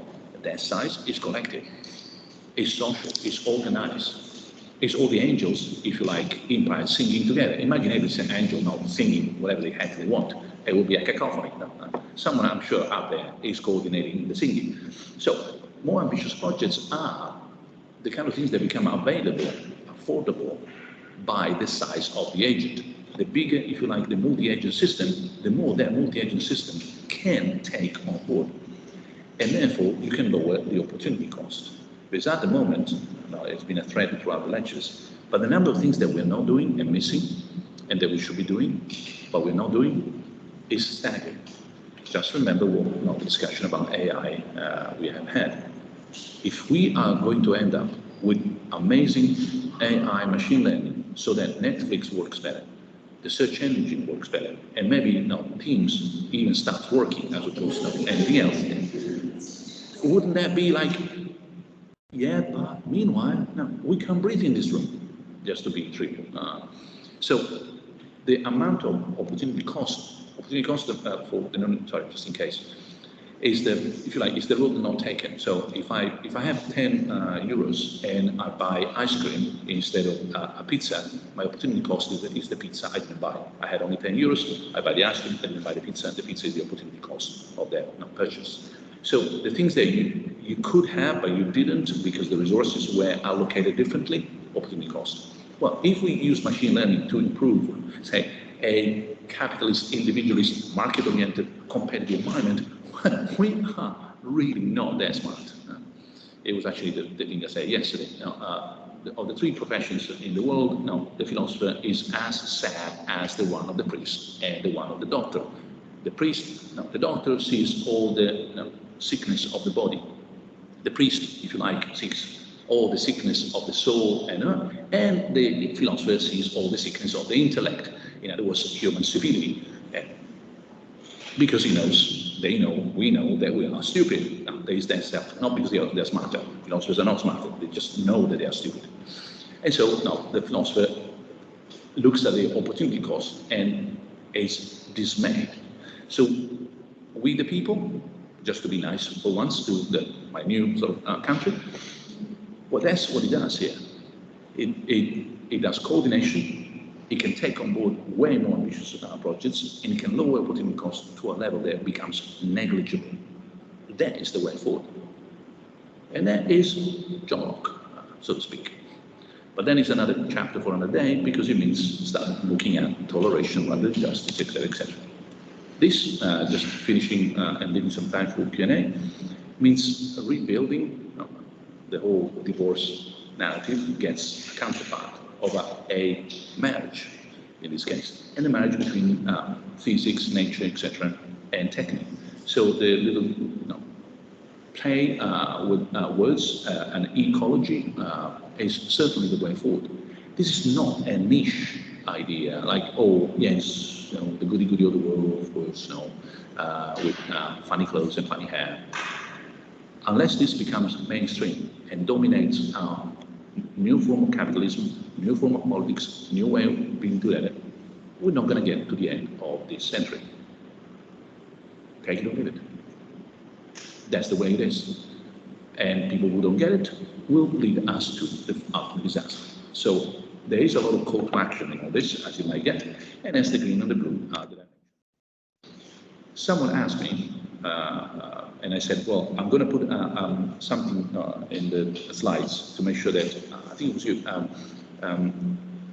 are there ways already of thinking about this in practice? This is a terminology that you find Wikipedia level again: eco-capitalism, experience economy, free market environmentalism, green capitalism, green economy, natural capitalism, all technical terminologies for movements in the, say, social sciences that have done some of the thinking that I've also presented in these lectures. So how can we restructure our way of thinking about capitalism so that we can keep the good stuff, the creation of wealth, the respect for the individual, the idea that competition does deliver some goods, that the market can be a great engine for creation of opportunities and wealth, together with the other side.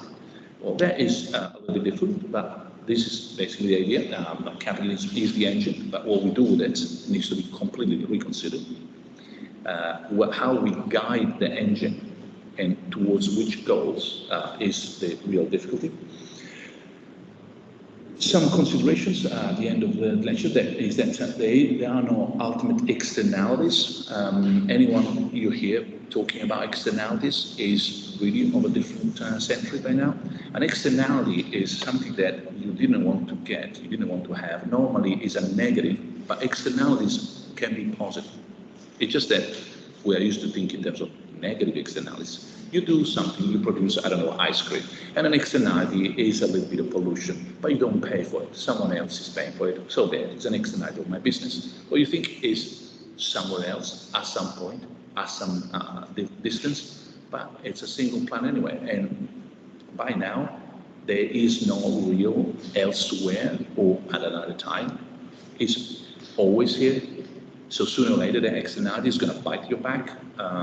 So I would like, in the same way as people should stop talking about market failure, I would love to see people talking about externalities as something that makes no sense.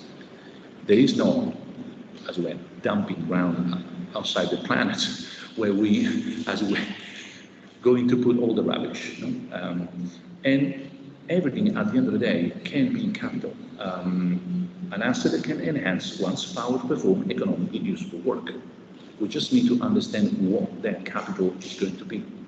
If your capital, you talk about human capital, for example, skills as capital, the digital is restructuring what we mean by capital. And it's not just primary resources. And it's not just amount of work, hours work, which is not very modern. How much gold you have, how many people can you possibly get to work on this? How many sort of chairs and houses and flats you have?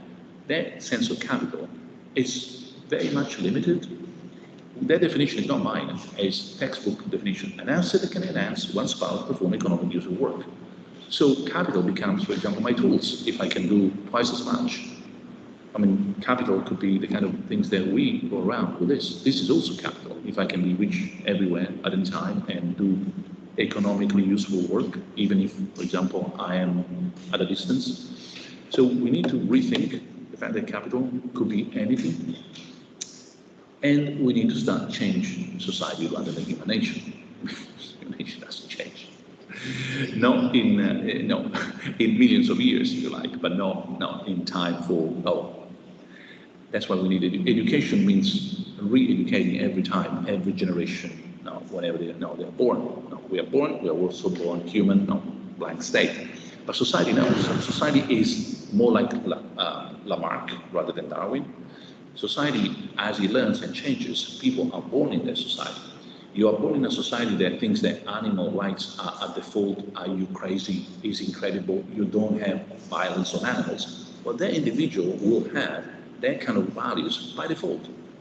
They will be born in a society in which smoking in a cinema is insane. But my parents were born in a society in which that was like the most enjoyable thing you could do. And they were not insane.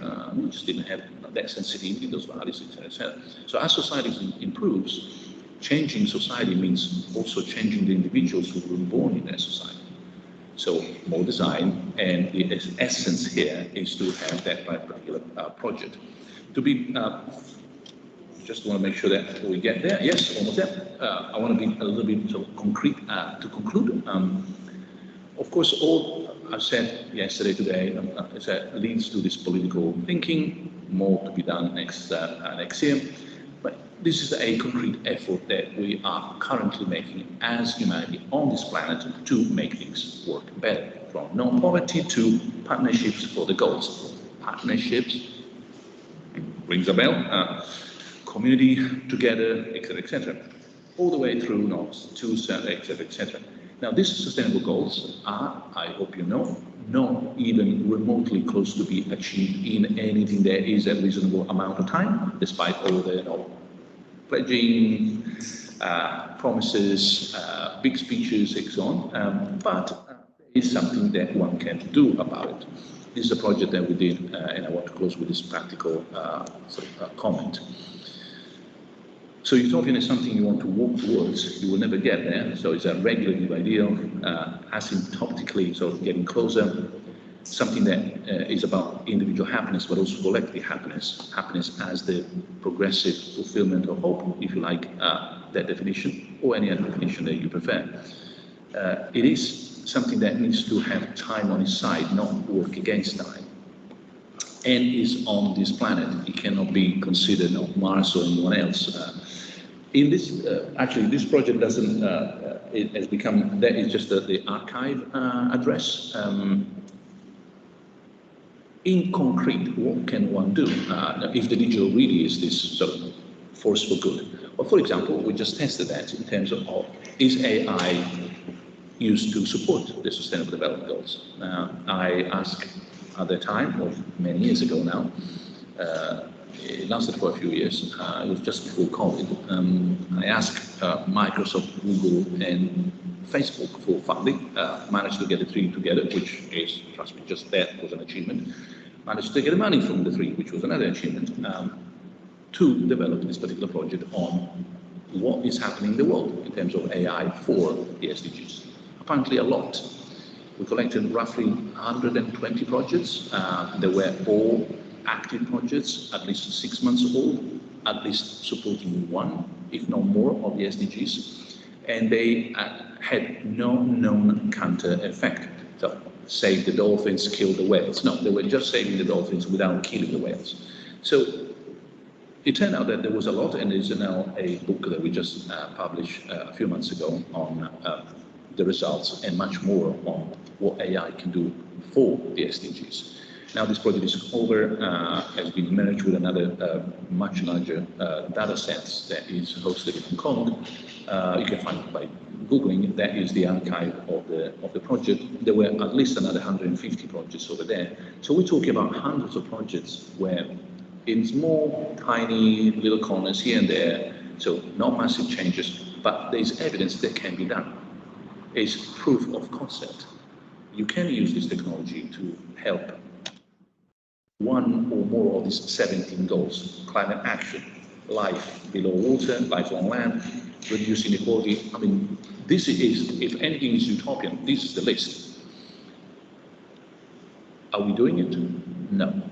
Can we do it? Yes. What's the problem? Politics. And that is the topic for next year. Anyway, we have a bit of time. We have a bit of time for some Q&A. Hopefully, either online or in presence with a mic. Sorry, mic? Yeah. Is the mic still working?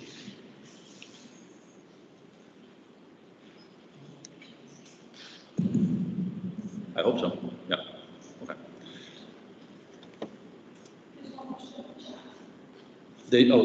Shall we try the ones online first in the chat, and then yep. Let me put the chat. I will start.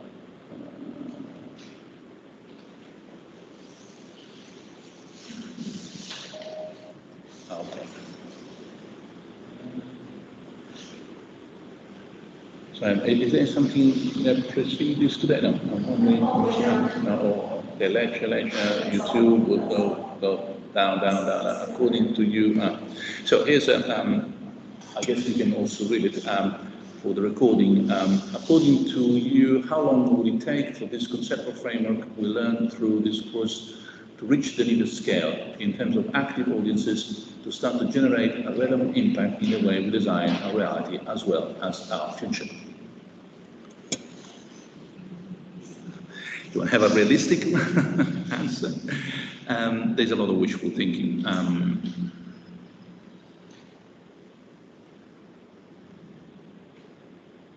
It could take forever, because that's also the nature of philosophy.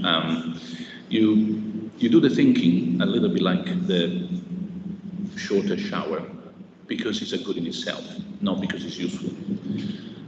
If anyone here were to do the thinking and the effort because they think that it's going to be useful, and that's the only reason for doing it, you should stop immediately, because it's not. However, that does not mean that the effort is useless. It's just the reason why you're doing it that is not that. It can be useful. I mean, sometimes differences can be made. And I'm afraid that the answer I give to this question is inevitable optimist in me. You do the thinking for not because it's useful, but you hope that it will be.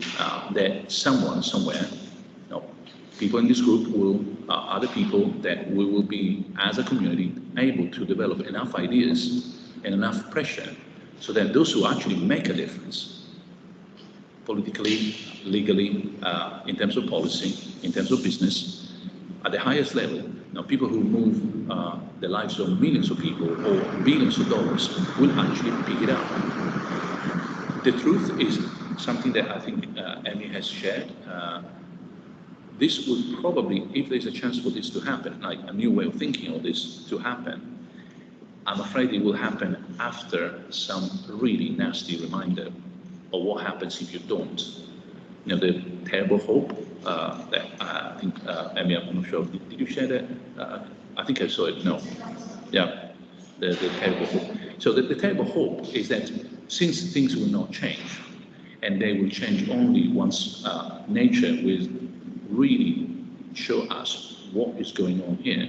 Or nature, by nature, I also mean, for example, migrations never seen before, wars, or simply natural disasters, not that kind of historical major transformations. The hope is that it will be a gentle, just about sufficient slap on our face for us to change course of action. So the optimistic, wishful thinking answer to that question is immediately people will pick up these ideas or improve them, even have different ideas, but anyway, and something will happen along this way.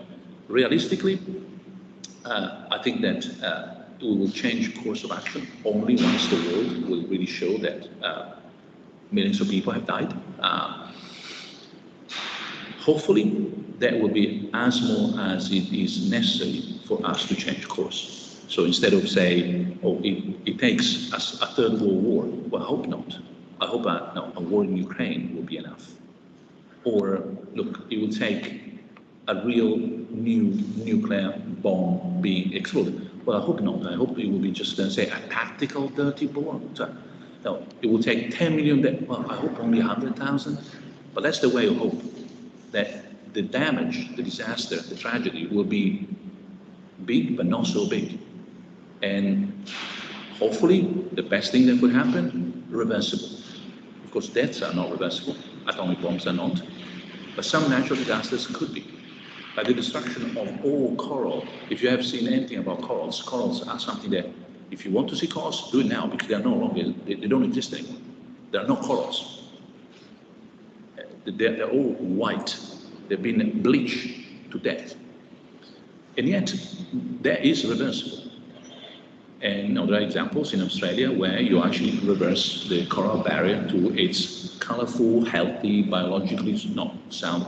But otherwise, if you look around the world, corals are disappearing at a pace that, unless you take the flight now in the next couple of summers, not to be seen on this planet. All you have are documentaries. Reversible, though. Would that be enough? Well, the Australians apparently have decided that something had to be done, given that they have a big coral reef, which is also economically viable, etc., etc. But if you live in a country where essentially scuba diving is your income, or some holiday, it's a beautiful sea like the Maldives, and your corals are white, chalk, well, that is the greatest damage, and maybe you start screaming, etc. So, back to us. I hope we will not get there, but I'm afraid history, as I said in the past, does not prevent Auschwitz, liberates Auschwitz. And we will do the same. We will not prevent Auschwitz, we will liberate Auschwitz. And Auschwitz is irreversible. What happens at Auschwitz stays in history forever. Shame on us. But at least we will be able to say, and that's the last point where you need to do the thinking, the right thing. I was the one who was doing the right thinking. I was the one who did the right thing. At least, not that I don't suffer from me, humanity, chunk of humanity, but at least we will have the sense of saying we did what we could. We shouted, we thought more deeply, we learned, and we warned people. And if something doesn't work, well, we did all we could. It's not much, huh? The corals is still dead, but at least you said, look, it's time. So not that I want to end these lectures with this kind of notes, but anything else on mine? I don't think so. Oh no, sorry, we have this thing. So once more, this is about a refoundation of our society or reformation of an epistemological approach to reality, considering digital ethics. Well, ultimately, as I said at the beginning, that was the point I was trying to clarify. By re-understanding what we mean by ontology, metaphysics, epistemology, that reconceptualization of our way of thinking, that is, if you like, the tool, the journey we have to go through in order to deliver then a better way of designing the project of our world. So it's both. It's like saying, I need to build my tools so that with those tools, I can design a society that makes sense. So I wouldn't like to say, oh, it's either or, but it's one and two. It's first the foundational work, so that on those foundations, I can build a better design for our society. Which one is more important? Well, both are important. Without the foundations, you don't go anywhere. But foundations without a goal are meaningless. I mean, what's the purpose? Why are you doing all this groundwork if not for something that is legally, socially, economically more viable than what we have now? So I would say, one for the other, and the other gives sense to the former. So the foundations get a sense by the goal, and the goal is achievable thanks to the foundations. So foundationalism and eschatology, these are the one and two of any dance we need to do in terms of philosophical thinking. You do only one, and again, you're missing part of the business. Taking into consideration the 3C, cooperation, what could be some good steps to develop this conceptual approach? And is there any good models of initiative in this direction? So on the last question, help me, because that is as far as I've been able to think. I'm sure there is. And there's plenty of examples of micro-lending, for example. Yesterday we were discussing this at that conference. That's the Nobel for Peace. The name will come back. If anyone online, please help. I'm sure there is plenty of good thinking and good examples here already available. Collecting them, putting together, providing evidence, crucial. But I'm afraid it's not this philosopher that can help. But in terms of the previous question, what could be some good steps to develop this conceptual approach? I wish I could get together with some people in game theory and economics who have the skills, the knowledge. No, you need that team effort to make sure that we could provide economic models that are complementary to the ones we have today. As I told you, the models that are based only on competitive games or competitions and markets where win takes or zero-sum games, that's basically what we have, and that's not good enough. So if I have a chance, now that I go to Yale, to bring on board some people from those kind of disciplines, that would be precisely my sort of magic wand desire. Can we get some people who have that kind of knowledge, not the philosopher who can do the thinking sometimes, and get the team effort so that we actually have something, for example, to propose to the American government or to the EU and say, look, there is another way. But not for the single philosopher and not for a team of philosophers. We need a really, truly multidisciplinary team. Otherwise, we're not going to get out of this. I think we have one more and then we start wrapping up.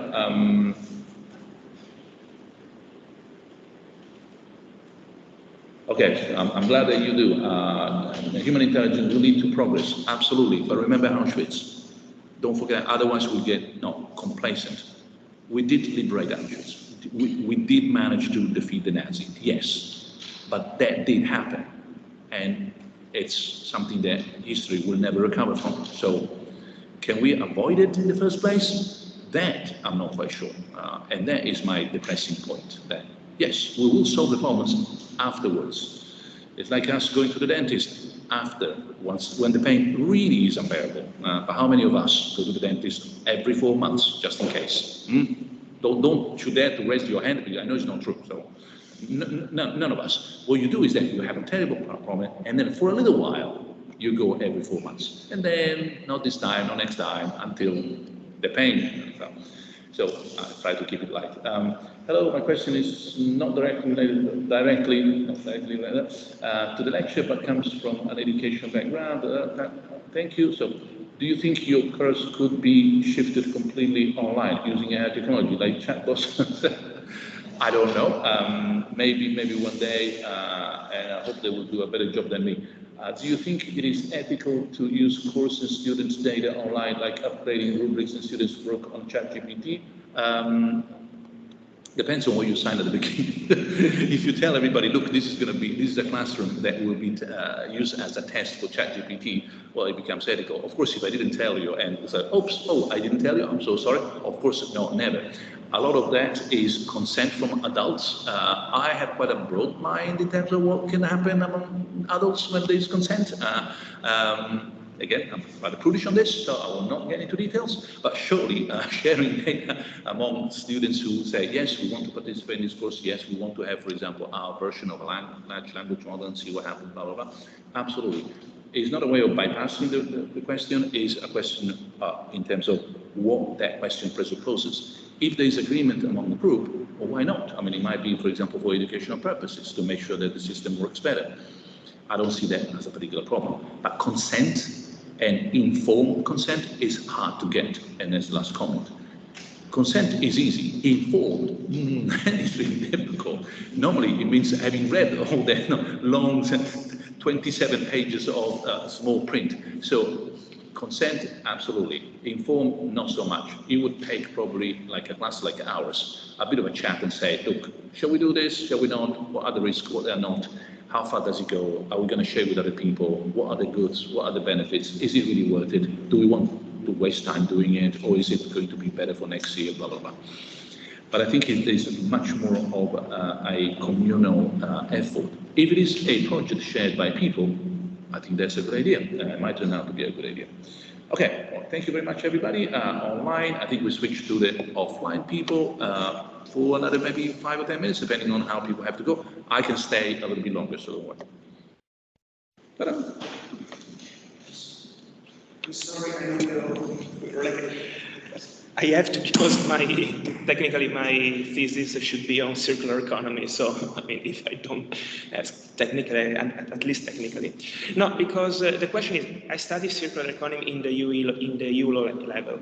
And the issue is that I generally think that it cannot be the concept cannot be understood as of now in the legal concept because I think it's both for political limitation because of course the way circular economy, at least at the beginning, was interpreted was exactly the way it should not be.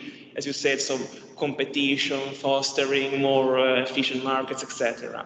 But what I say is that in the EU law, every act has to have a legal basis that has specific purposes. And so the issue of, I really fail to see anything, not even utopian, but anything even transformative in the concept of circular economy, because it's often unpacked in, what is it, consumer protection, environment, and other stuff. And what I say is that basically the bottom line is you talk about governance, but I need to get to the question. You talk about governance, but I don't. But the problem I have not seen law. And how do we transpose this issue of governance in legal terms? Because lawyers do not think to the future. And if you allow me a joke for the Italians, what is the settore scientifico disciplinare of this governance? Because that's a problem. Okay. No, thank you. What I understood, there's a lot in that sort of point. But the point that I can address is where is the role? What is and if it is any role, where is the role of legislation or law in some of the things that we have covered, for example, governance in the circular economy or in designing a society that does a better job at, say, handling resources, for example, and so on.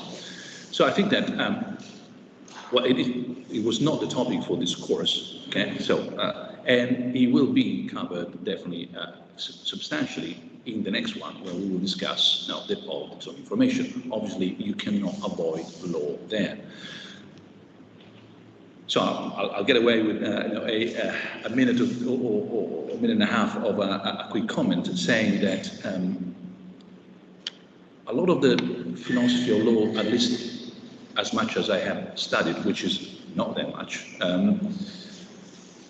is obsessed with, to oversimplify, crime and punishment, to put it in terms of Dostoevsky. You think in terms of law, and it's always someone killing someone. So that's. But if you look at law, most of it, a huge amount of it, I would say by far, most of it is about how people can work together. Literally, contracts, agreements, you do this, you do that, standards that need to be respected. So essentially, how you build whatever society that, a mechanism that can deliver what we want to deliver. In fact, if you look at the law by definition, the super law, the extra, the Constitution. A Constitution is hardly ever about punishment or crime. It's most of the time about the kind of world that you would like to have, the kind of values you would like to see implemented, the sort of interactions you would like to see among the people. So the quick point, and I said I'm not going to address too much what you said. It's very important, but not for today. So I'll keep it as it were. I'll wait for another 11 months or so, and I'll do some more thinking. But I would love to see a philosophy of law, and therefore an understanding of the role of law in society as way more constructive than crime and punishment. Then, if you do this, this happens. That is sanctioned, or a ticket, or you get 3 years in prison, or that this. Now, of course, I'm well aware that there's penalties and so on, and the whole idea of law is also to make sure that there's enough disincentive so that bad things don't happen. But I'm afraid that there's been almost too much emphasis on that as well. If you like, the analogy here is with game theory. Game theory is much more than just zero-sum games. It's much more than sort of the prisoner's dilemma or competition. And yet that is what we know. That's what we apply. That's what we normally concentrate on. So law is a lot about how you put together a society where people can actually work in a sort of efficient, efficacious way as a community. But most of them, when we discuss, is what is the who has the right to do what, etc. So I would like to see, to address your question, a role of the law that is way more constructive in incentivizing, for example, profit business that have social goals in place. Now, speaking of that, for example, just to have a quick example.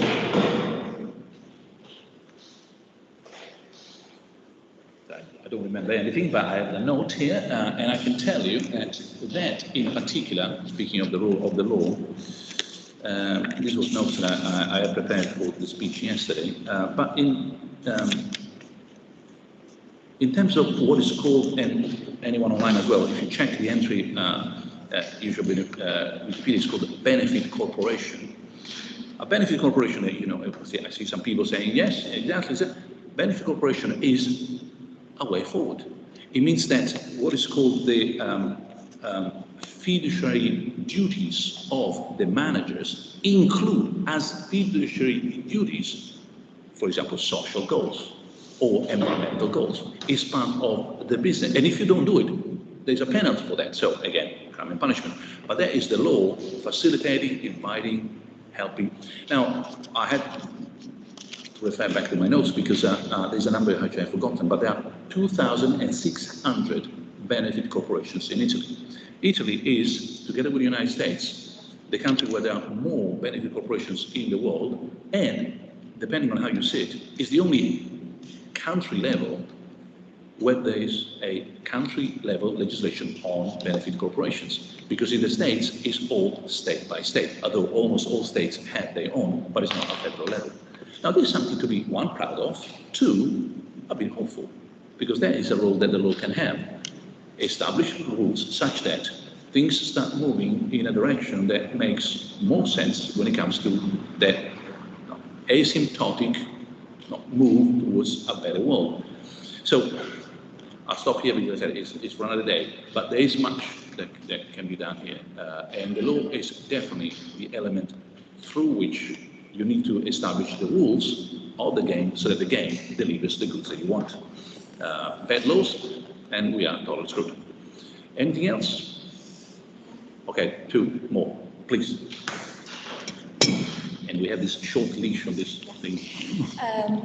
In one of the solutions that you were teaching before about collective happiness, you used 2 words that, in my opinion, are just wonderful: sense and purpose. My question is, in your opinion, this technology revolution and also human revolution we are living in have in a way accelerated the need or changed the meaning for sense and purpose also for the individual, or those 2 things have been like that since ever? Thank you. This gets deeply philosophical. Thank you. Yes, I used those 2 words actually, and I should have used even a third, but that was for the semantic capital, which we didn't cover. Sorry. So there's meaning, sense, and purpose. So part of the course is also to clarify the kind of conceptual tools that we're using. So purpose addresses the what for question. Sense and meaning sometimes are used interchangeably, but I like to use them in a more atomistic and more sort of molecular level in the following sense. You can give meaning to specific episodes, for example, of your life. What was the meaning of me getting that job? What was the meaning of me not being married? And then there's a sense, overarching sense of all those meanings coming together. So imagine like meaning the little pieces that coming together in an overarching sense for a purpose, what for. So I have meaning of my marriage in an overarching sense that makes sense. Oh yeah, I got married with the love of my life, or oh no, I got married with the wrong person. My goodness, thank goodness I divorced, and then no, I did meet the love of my life much later. So different meanings, sense. That was not, that was this. The what for example, to be happy together. So, is the technological revolution, the digital revolution, accelerating the need for sense and purpose, or if you like, meaning, the dots? The sense, the line that puts together the dots, and the what for, the direction in which that line is moving. I'm tempted to say yes, not because of sort of existential crisis undergoing, but because of the 1-2 movement that I've tried to describe in the lectures. One is the end of modernity, the end of a particular way of looking at sense, meaning, and purpose from the individualistic perspective.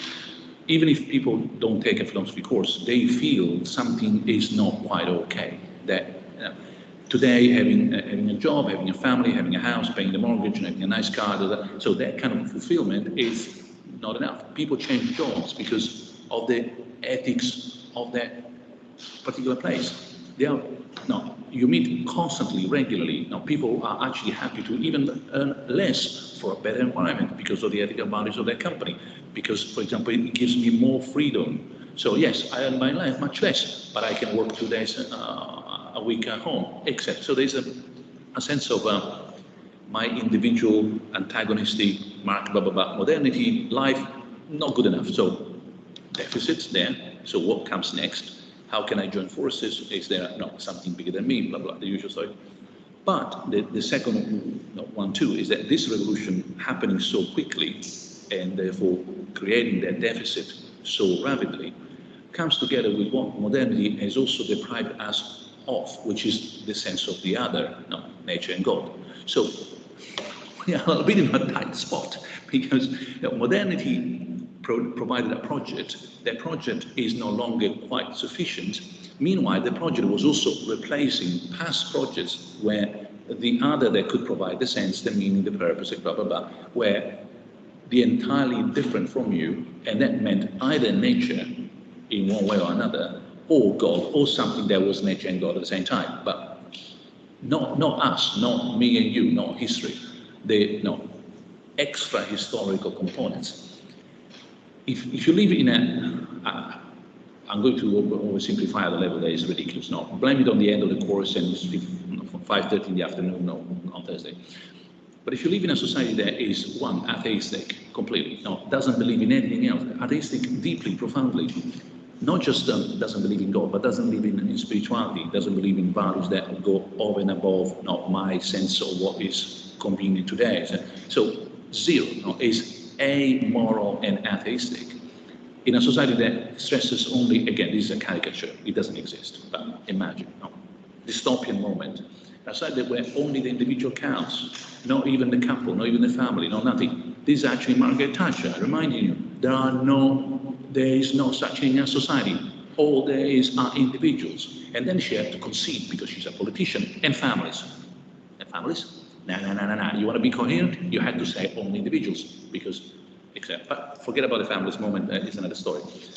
So if you live in that moment where essentially deregulation, so you remove the rules, meaning that the angels cannot organize the party because there are no rules to get together, less rules, deregulate, every individual, only individual projects, the individual projects are geared around happiness. Happiness is a commercial, economic happiness. But in that caricature of the world, which is not exactly where we live, but it gets closer and closer, the deficit of meaning, sense, and purpose is growing at a staggering level, and is felt.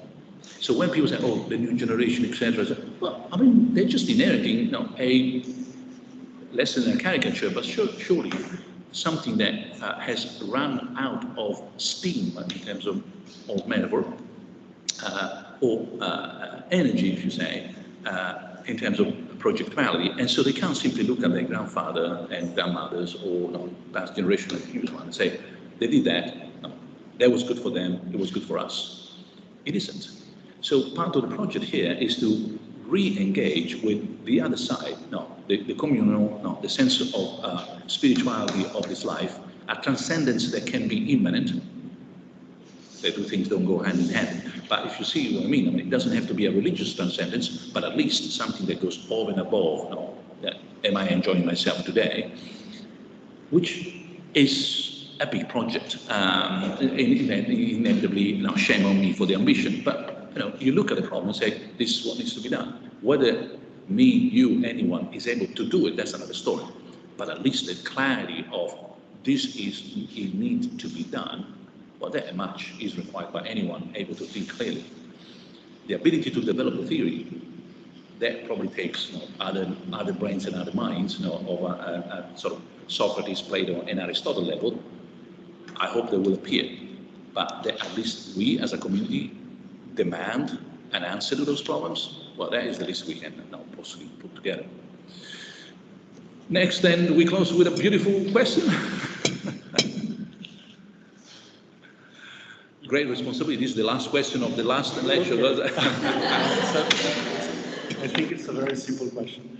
I was reflecting on the concept of digital utopia, and I was thinking that Europe has this energy roadmap for 2050, and I was also thinking that at the start of the war, there were some step backs. So people were saying that carbon energy power plants had to be restarted. There was a huge setback on the project. So, and I was reflecting on the asymptotic curve that you use to represent this process. Mm-hmm. I was wondering whether maybe a circular, iterative model would better represent what we can expect. Thank you.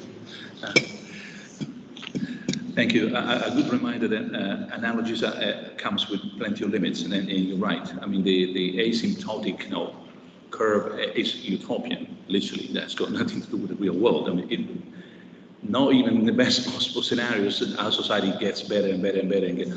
But what one may hope is that the classic 2 steps forward, 1 step back, 2 forward and 1 back. The trouble is when you do 2 back and 1 forward. That's the other way around. I think that Europe has so far managed a lot of 2 forward and 1 back. Occasionally there have been some 2 back and 1 forward. Now, on the energy front, certainly Europe is doing a little bit better than anyone else around the world, including in terms of legislation, going back to the previous point, and realism. but there have been big mistakes. And I mentioned one, or at least things that I consider mistakes. Nuclear power has been hugely underestimated at the right time. Having nuclear power today, I'm not sure it makes sense, given the amount of resources required and the time to develop real nuclear power independence. But if you have it, like France, if you had it, like Italy or Germany, turning that off, that was a mistake. So I was, as a kid at the time, I was pro-nuclear power when the referendum came in Italy, and I was too young, I didn't vote, etc. But I was disappointed that the idea, Italy was one of the countries that was at the forefront in terms of nuclear power. It was one of the most advanced countries in terms of providing clean, efficient energy through nuclear power.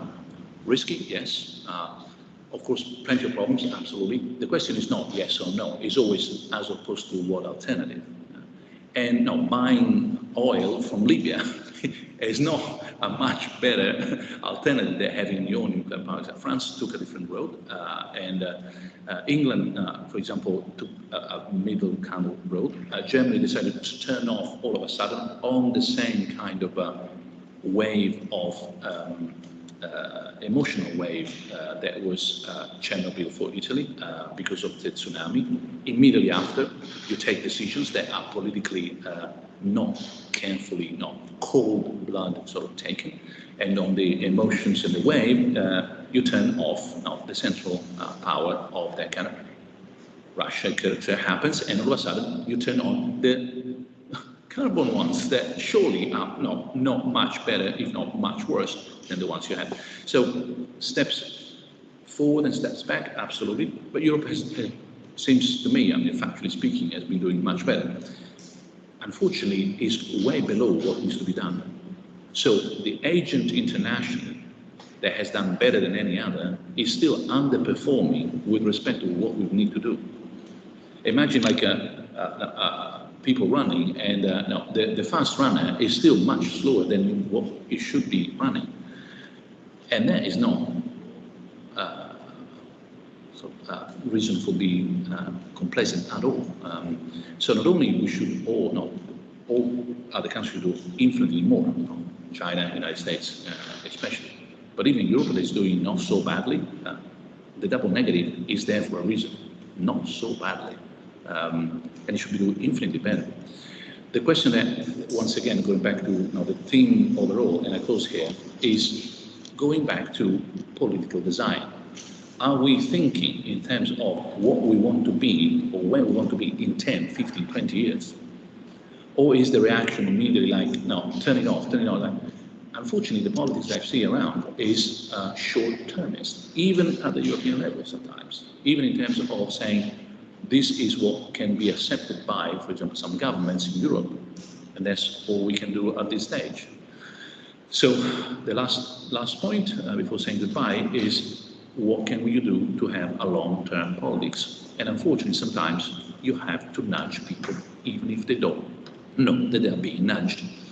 If this sounds not 100% fully, perfectly democratic, I'm afraid there is an inch there of something a little bit not entirely democratic. Nudge people, because if you don't, we will not find the solution that we need. The question for next year will be, can you do that in a way that is tolerant? I think you can, I think we can, but it's a bit more Socratic than Hobbesian, meaning if you force them, if you force people to take decisions, that's all the nudging that it takes. Not giving them options that they can opt out, but force them to take decisions, force them to take that particular step. Then normally, most people, one may hope, with enough education, blah, blah, blah, mass media on the side, might take the right decision. But not through a referendum, not in that sense. So just to give an example, I said this was the last comment, don't force people to opt out of organ donation if they want to renew their driving license. So your driving license is there, expires, you need to renew it. A temptation is to say, oh, since you're renewing your driving license, you might have an accident, by default you will become an organ donor. That is way more anti-democratic than I can stomach. But you have to tell me, you will not get your driving license renewed unless you tell me whether you would like to be an organ donor or not. And evidence shows that a lot of people will say yes. It's just that they never say yes because it was tomorrow another day, or who cares. So you force them not to take one path, but to take a path between yes and no, A and B, left and right. And no, Socratically speaking, fingers crossed, with some education, my day, blah, blah, blah, we will take the right path. But force them to make up their minds seems to me, the missing bit in the Socratic picture. We will not do the right thing just because it's the right thing to do, as long as we know what to do, but because we will be forced to make our minds in terms of, now you have to tell me. So, for example, you have to tell me whether within a week, or say within a month, you're going to go and see the dentist or not. Otherwise, no ice cream. I'm not forcing you to go to the dentist, but you're not going to get the ice cream unless you tell me, yes, I will, yes, I won't. And trust me, most people say, yeah, you're right, I'll go. And you get the ice cream too. And with that, it's definitely time for an ice cream. So thank you so much. I'll see you next year. Bye.